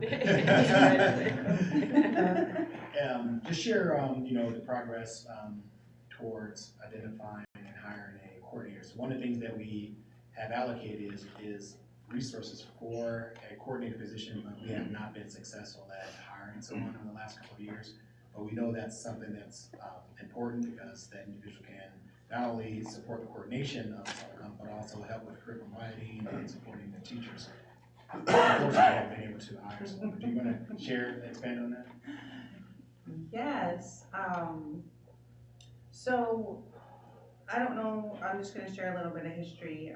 When we decided that Duluth Public Schools was gonna turn towards immersion, there was a posting for an immersion coordinator, and we hired Crystal, who is very amazing in the work that she does. But early on, we discussed, how can she support Ojibwe immersion, and she said, I don't know how, I need your help. So over the years, I worked closely with her to help her in the coordination. And then I had to write a grant one year just to hire someone to do that coordination. And then most recently, my department, along with, how do I say this? I don't want it to sound like we're a separate thing, but funding from my department and general fund came together to be able to provide funding for an Ojibwe immersion coordinator for Masabicon. We haven't had any luck, because historically that's a TOSA position, and we tried to change it to a DWIA position, more of like a coordinator, not a teacher on special assignment. But there was questions from the union as like, why is one this and one that? So we did switch it back to a TOSA.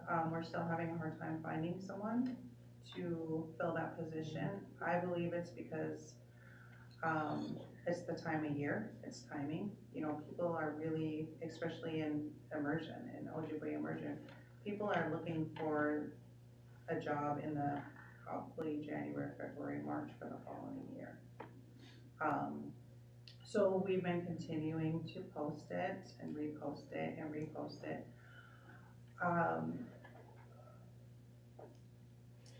Yeah, but I do have a really good idea, and I don't know if we can talk about it here, but I know we have a meeting as far as, what we can do for this year for that position. You know, I feel like the main concern with this position is having someone helping with curriculum, because that's the main thing that teachers are always asking is, we need more time to develop curriculum, we need a coordinator to help us with curriculum. And I believe I solved the problem, I just need to get it okay first, so. To be continued. Yes. Awesome, that's great. I can only imagine the challenges that curriculum in Ojibwe would pose to a district, but, okay. Dale's over there shaking his head, it has to be, yeah, just mind-boggling. I would be excited if we hosted a symposium or a workshop or whatever it would be called. I think that would be I'd make food. exciting. I'd be a hostess. And we're going to discuss the other significant efforts. So we're going to just highlight a couple of these other significant efforts. There are so many other efforts that are not listed here. We, as a district, as we keep sharing, we take this very seriously. We recognize the data doesn't support our aspirations as well. We recognize that far too many of our kids are not succeeding. But we're highlighting all of the things that we are strategically doing to make improvements, and we're going to continue to do those things. And so here are some other significant efforts that we are implementing or plan to implement to make those improvements. So. Well, as you know, we made a significant investment in technology probably 2 years ago, a little bit before I came. And then blended learning became an action card. It became an initiative for this integration of the technology. Last year, it was the first year. Of course, this year is the second year. The model has changed and evolved from last year to this year as we grow and we learn. And we have Mike Bovee and Sally White, who are amazing in our digital innovation coordinator positions. So for year 2, they went to a cohort model where they connected with this Modern Classroom project, which is amazing. You should really go to the website, and I think they linked it in here, and check that out. It's kind of an up-and-coming, different way of teaching with that infusion of technology, with instruction and the strategies that go with it. And so they were able to send 68 of our educators last summer to this training for the Modern Classroom project. With this training came a mentorship for every one of those 68 teachers with a very seasoned technology integration from around the country. They're not necessarily in Minnesota even. And so they have these mentors partnered up with these teachers, and they're continuing their learning through this school year. It's been amazingly popular. And that's kind of what you want with this too, is those early adopters, and then they share the excitement, and then it starts to grow, which we've been experiencing. So Modern Classroom even came to our district. They came to Robbinsdale and Duluth, and they came here on October 19th, and they visited some of these teachers' classrooms to see the instruction in action. And so that was an honor for them to choose to come to Duluth, but I think that's the hard work of Sally and Mike, really partnering with the Modern Classroom project and these teachers. So anyway, that was a great thing that happened. As we move forward, we now have an opportunity for more teachers to go. 150 teachers will be able to go in this next coming session. And so as we go along this continuum, we'll get more people attending this training. And this is the training that includes the mentorship. There are free versions of this, which I actually signed up for yesterday, because I don't know everything I need to know about it. So I'm going to try to do it myself. So if you're interested, you can do the free version yourself and sign up. So anyway, that's a pretty exciting thing that's going on right now.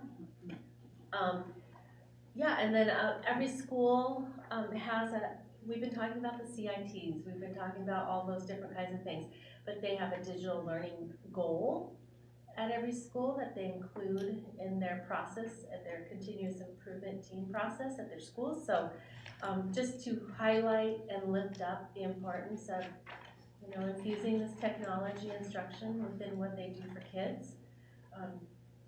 So yeah, it's kind of an exciting thing going on. I think I want to just add that the Modern Classroom Project came to us and they wanted to give us money from I think it's from the Bush Foundation. And it's a significant amount of money. We need to have some matching funds for it, but was it $85,000 that they wanted to give? I think that was the number. I believe it was $85,000 that they wanted to give so that we can train that next wave. So, but they came to us and approached us about that, which I thought was pretty cool. So, and it's really cool, when we see we have school year professional development here. This is one of our professional development opportunities that's really instruction based. So it's pretty cool that our teachers are learning how to instruct differently, and they don't have to have the digital tools. I mean, it just changes your classroom. It's just good instructional practices. So. And we also have those 9 digital innovation specialists as a part of this team and this initiative, who have, I think, become just indispensable to their sites. They handle hardware stuff, they handle instructional practices.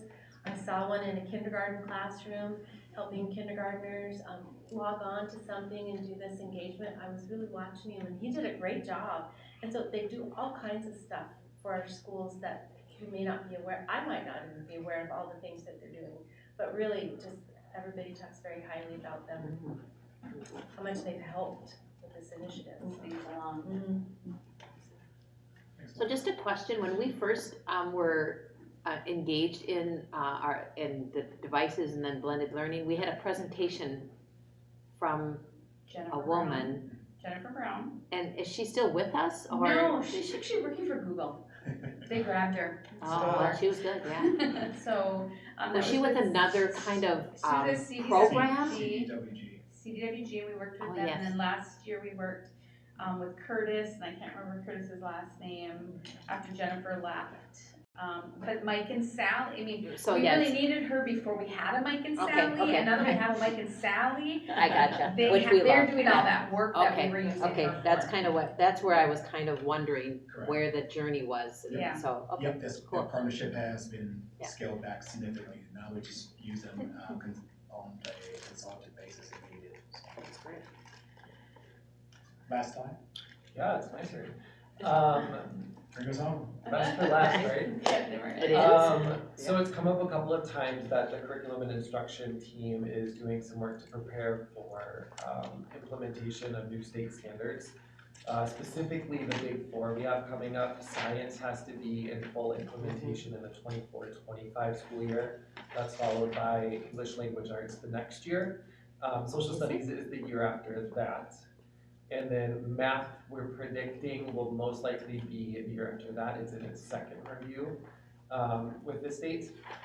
So we have lots of things going on, and I have to give a lot of credit to our content specialists who do a lot of hard work leading teams of teachers in helping us prepare for the implementation of those standards.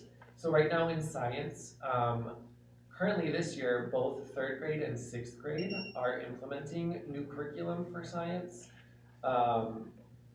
Then the following year, we'll add on a few more grade levels so that by the next year, 24-25, we'll have all grade levels in full implementation. That staggered implementation is a recommendation of MDE, so that by the time those 3rd graders and 6th graders take the new version of the MCA, they'll have had all of the content and instruction that will align to the new MCAs. The English Language Arts Curriculum Committee is currently going through a stakeholder needs assessment. They went through one with staff already, And now they're getting feedback from families, from students, community members, some community agencies as well. Just having those groups of people take a look at what we currently have for curriculum for English language arts and what they see as future needs for our students in that content area. And then lastly, this year, social studies and mathematics, they're going to start forming those committees and they're going to start their own needs assessments for those content areas. But haven't I read recently where social studies at the MDE level already has been meeting for, are those revising standards, not curriculum? Okay. It's in rulemaking, so it's sitting and waiting for rulemaking to happen before it becomes official. Any other questions? I believe Denise Sequoia was on that committee, weren't you? The social studies, yeah, you were actively engaged in that. You know, what I have loved about this presentations, is I have so many questions. You've given us some great homework to do, so we can develop more as school board members as well, and great resources, so I appreciate that. And I'm just so impressed with all the many different professional development opportunities. All of these presentations have talked about that you have provided to our staff, and just impressed with the motivation of our own staff to, you know, become better professionals themselves. And so that just kind of struck me through all these presentations and the opportunities, and so, wow. Thank you. Yeah. Thank you for that. Yeah. And as we close too, I want to say again, you know, we take this very seriously. We truly are aspiring and striving to improve student achievement outcomes. And it takes a team. And so I want to thank the teaching and learning equity team here and our principals as well for all the hard work they're doing. And not to forget our teachers, right? Our teachers and our staff, I want to thank them for everything they're doing. It's been quite a journey the last 3.5 years here. And now we are circling back and really truly focusing deeply on teaching and learning. And it's going to require us all to continue to link arm in arms, to continue to work together, continue to really just focus on our students and make sure they have great outcomes and they have great experiences in our school. So I want to thank the team and I want to thank you, board, for all your support.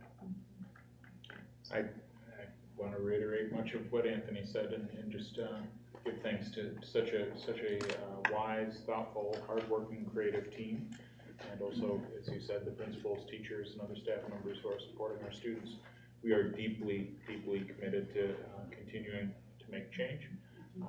You said 3.5 years, and it probably feels like 7.5 years, but really only 2.5 years have we been here. And just to point out that we're 3 months into the first school year that we've been here as a team that hasn't been deeply affected by COVID. And so I think that there's a lot of progress being made thanks to the hard work of many people, and just appreciate where we are, realizing that we have progress to make, but that we have the next steps in place to do so.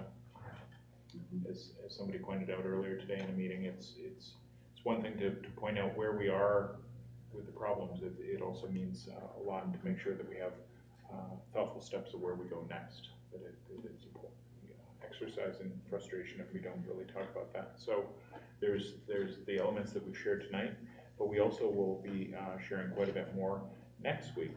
So you could almost look at that as part 2 with our strategic planning update, as well as our finance update from Baird and our legislative platform work that we'll be sharing a draft of our legislative platform with the board to consider just for review so that you can be abreast of those issues prior. All right. In addition to that, resource alignment. So you're going to have more conversations over the next few months on how will we leverage the resources that we have and future resources to support the strategic directions that we discussed at the very beginning. Because we really need to start thinking differently, leveraging resources differently to make sure that they are put in those areas of action items that we've identified. It's going to require a lot of resources. They have, and I'm just impressed with the strategic plan you have for spending those resources. As we listen to every presentation tonight, it's clear that our leadership, all of you here, are very aware of where we can spend, where we're spending the money and why we're spending it. And for me, I feel like Duluth is kind of coming out of, I think we operated a lot in some education in kind of a scarcity mode. Like, we don't have this money, and maybe Esther has given us a little bit of opportunity to use some of that money to make these investments, but we have to also be able to continue it. But I do feel like there's some trust in our leadership that you're spending it in the ways that are bestly going to happen with our students, and that's just refreshing. That you guys are smart, and you're experienced, and you're hardworking, and the talent to do what we need to do in this district is sitting right here, and it's really fun to be here listening to you. And I really encourage us to, I don't know how we can share out, but we can share out this video, this meeting that we've had, because this was also a community celebration. We wanted this media center to be filled with people coming in to see the good stuff, and it's good for us to have it, because oftentimes we're the ones meeting the people in the grocery store or meeting the people with emails, and we can direct them to a link to this meeting. We can also have some data and some information to share and then direct them back to you guys, but it's really a celebration for our community as well. So thanks. Thank you. And I just, I look at the graduation rates, I look at all these metrics, and I get sick to my stomach because of what they look like, and then sitting here and listening, this is probably one of the first times I've heard there's structures built to deal with the problem. Like, we can't fix reading and graduation rates and any of these things unless we can very concretely identify what the problem and the root cause is. And I'm so appreciative of the structures that you all have worked very hard to build through very challenging times. So I cannot wait to sit in this meeting in a couple years and see the fruition of all the work that you've done using data and thoughtfulness and best practices and just folding everybody in. So I am truly appreciative for all of your time and energy and intellect and talent. So thank you. And I'm sorry I was late. So thank you all. Thank you. Board Chair, that concludes our meeting. Okay. So I'm looking for a motion to adjourn. So moved. Member Zadowski, do I have a second? Second. All those in favor of adjourning this meeting, say aye. Aye. Aye. Opposed? Nobody? We're adjourned. And the owl will turn off, and then we'll know.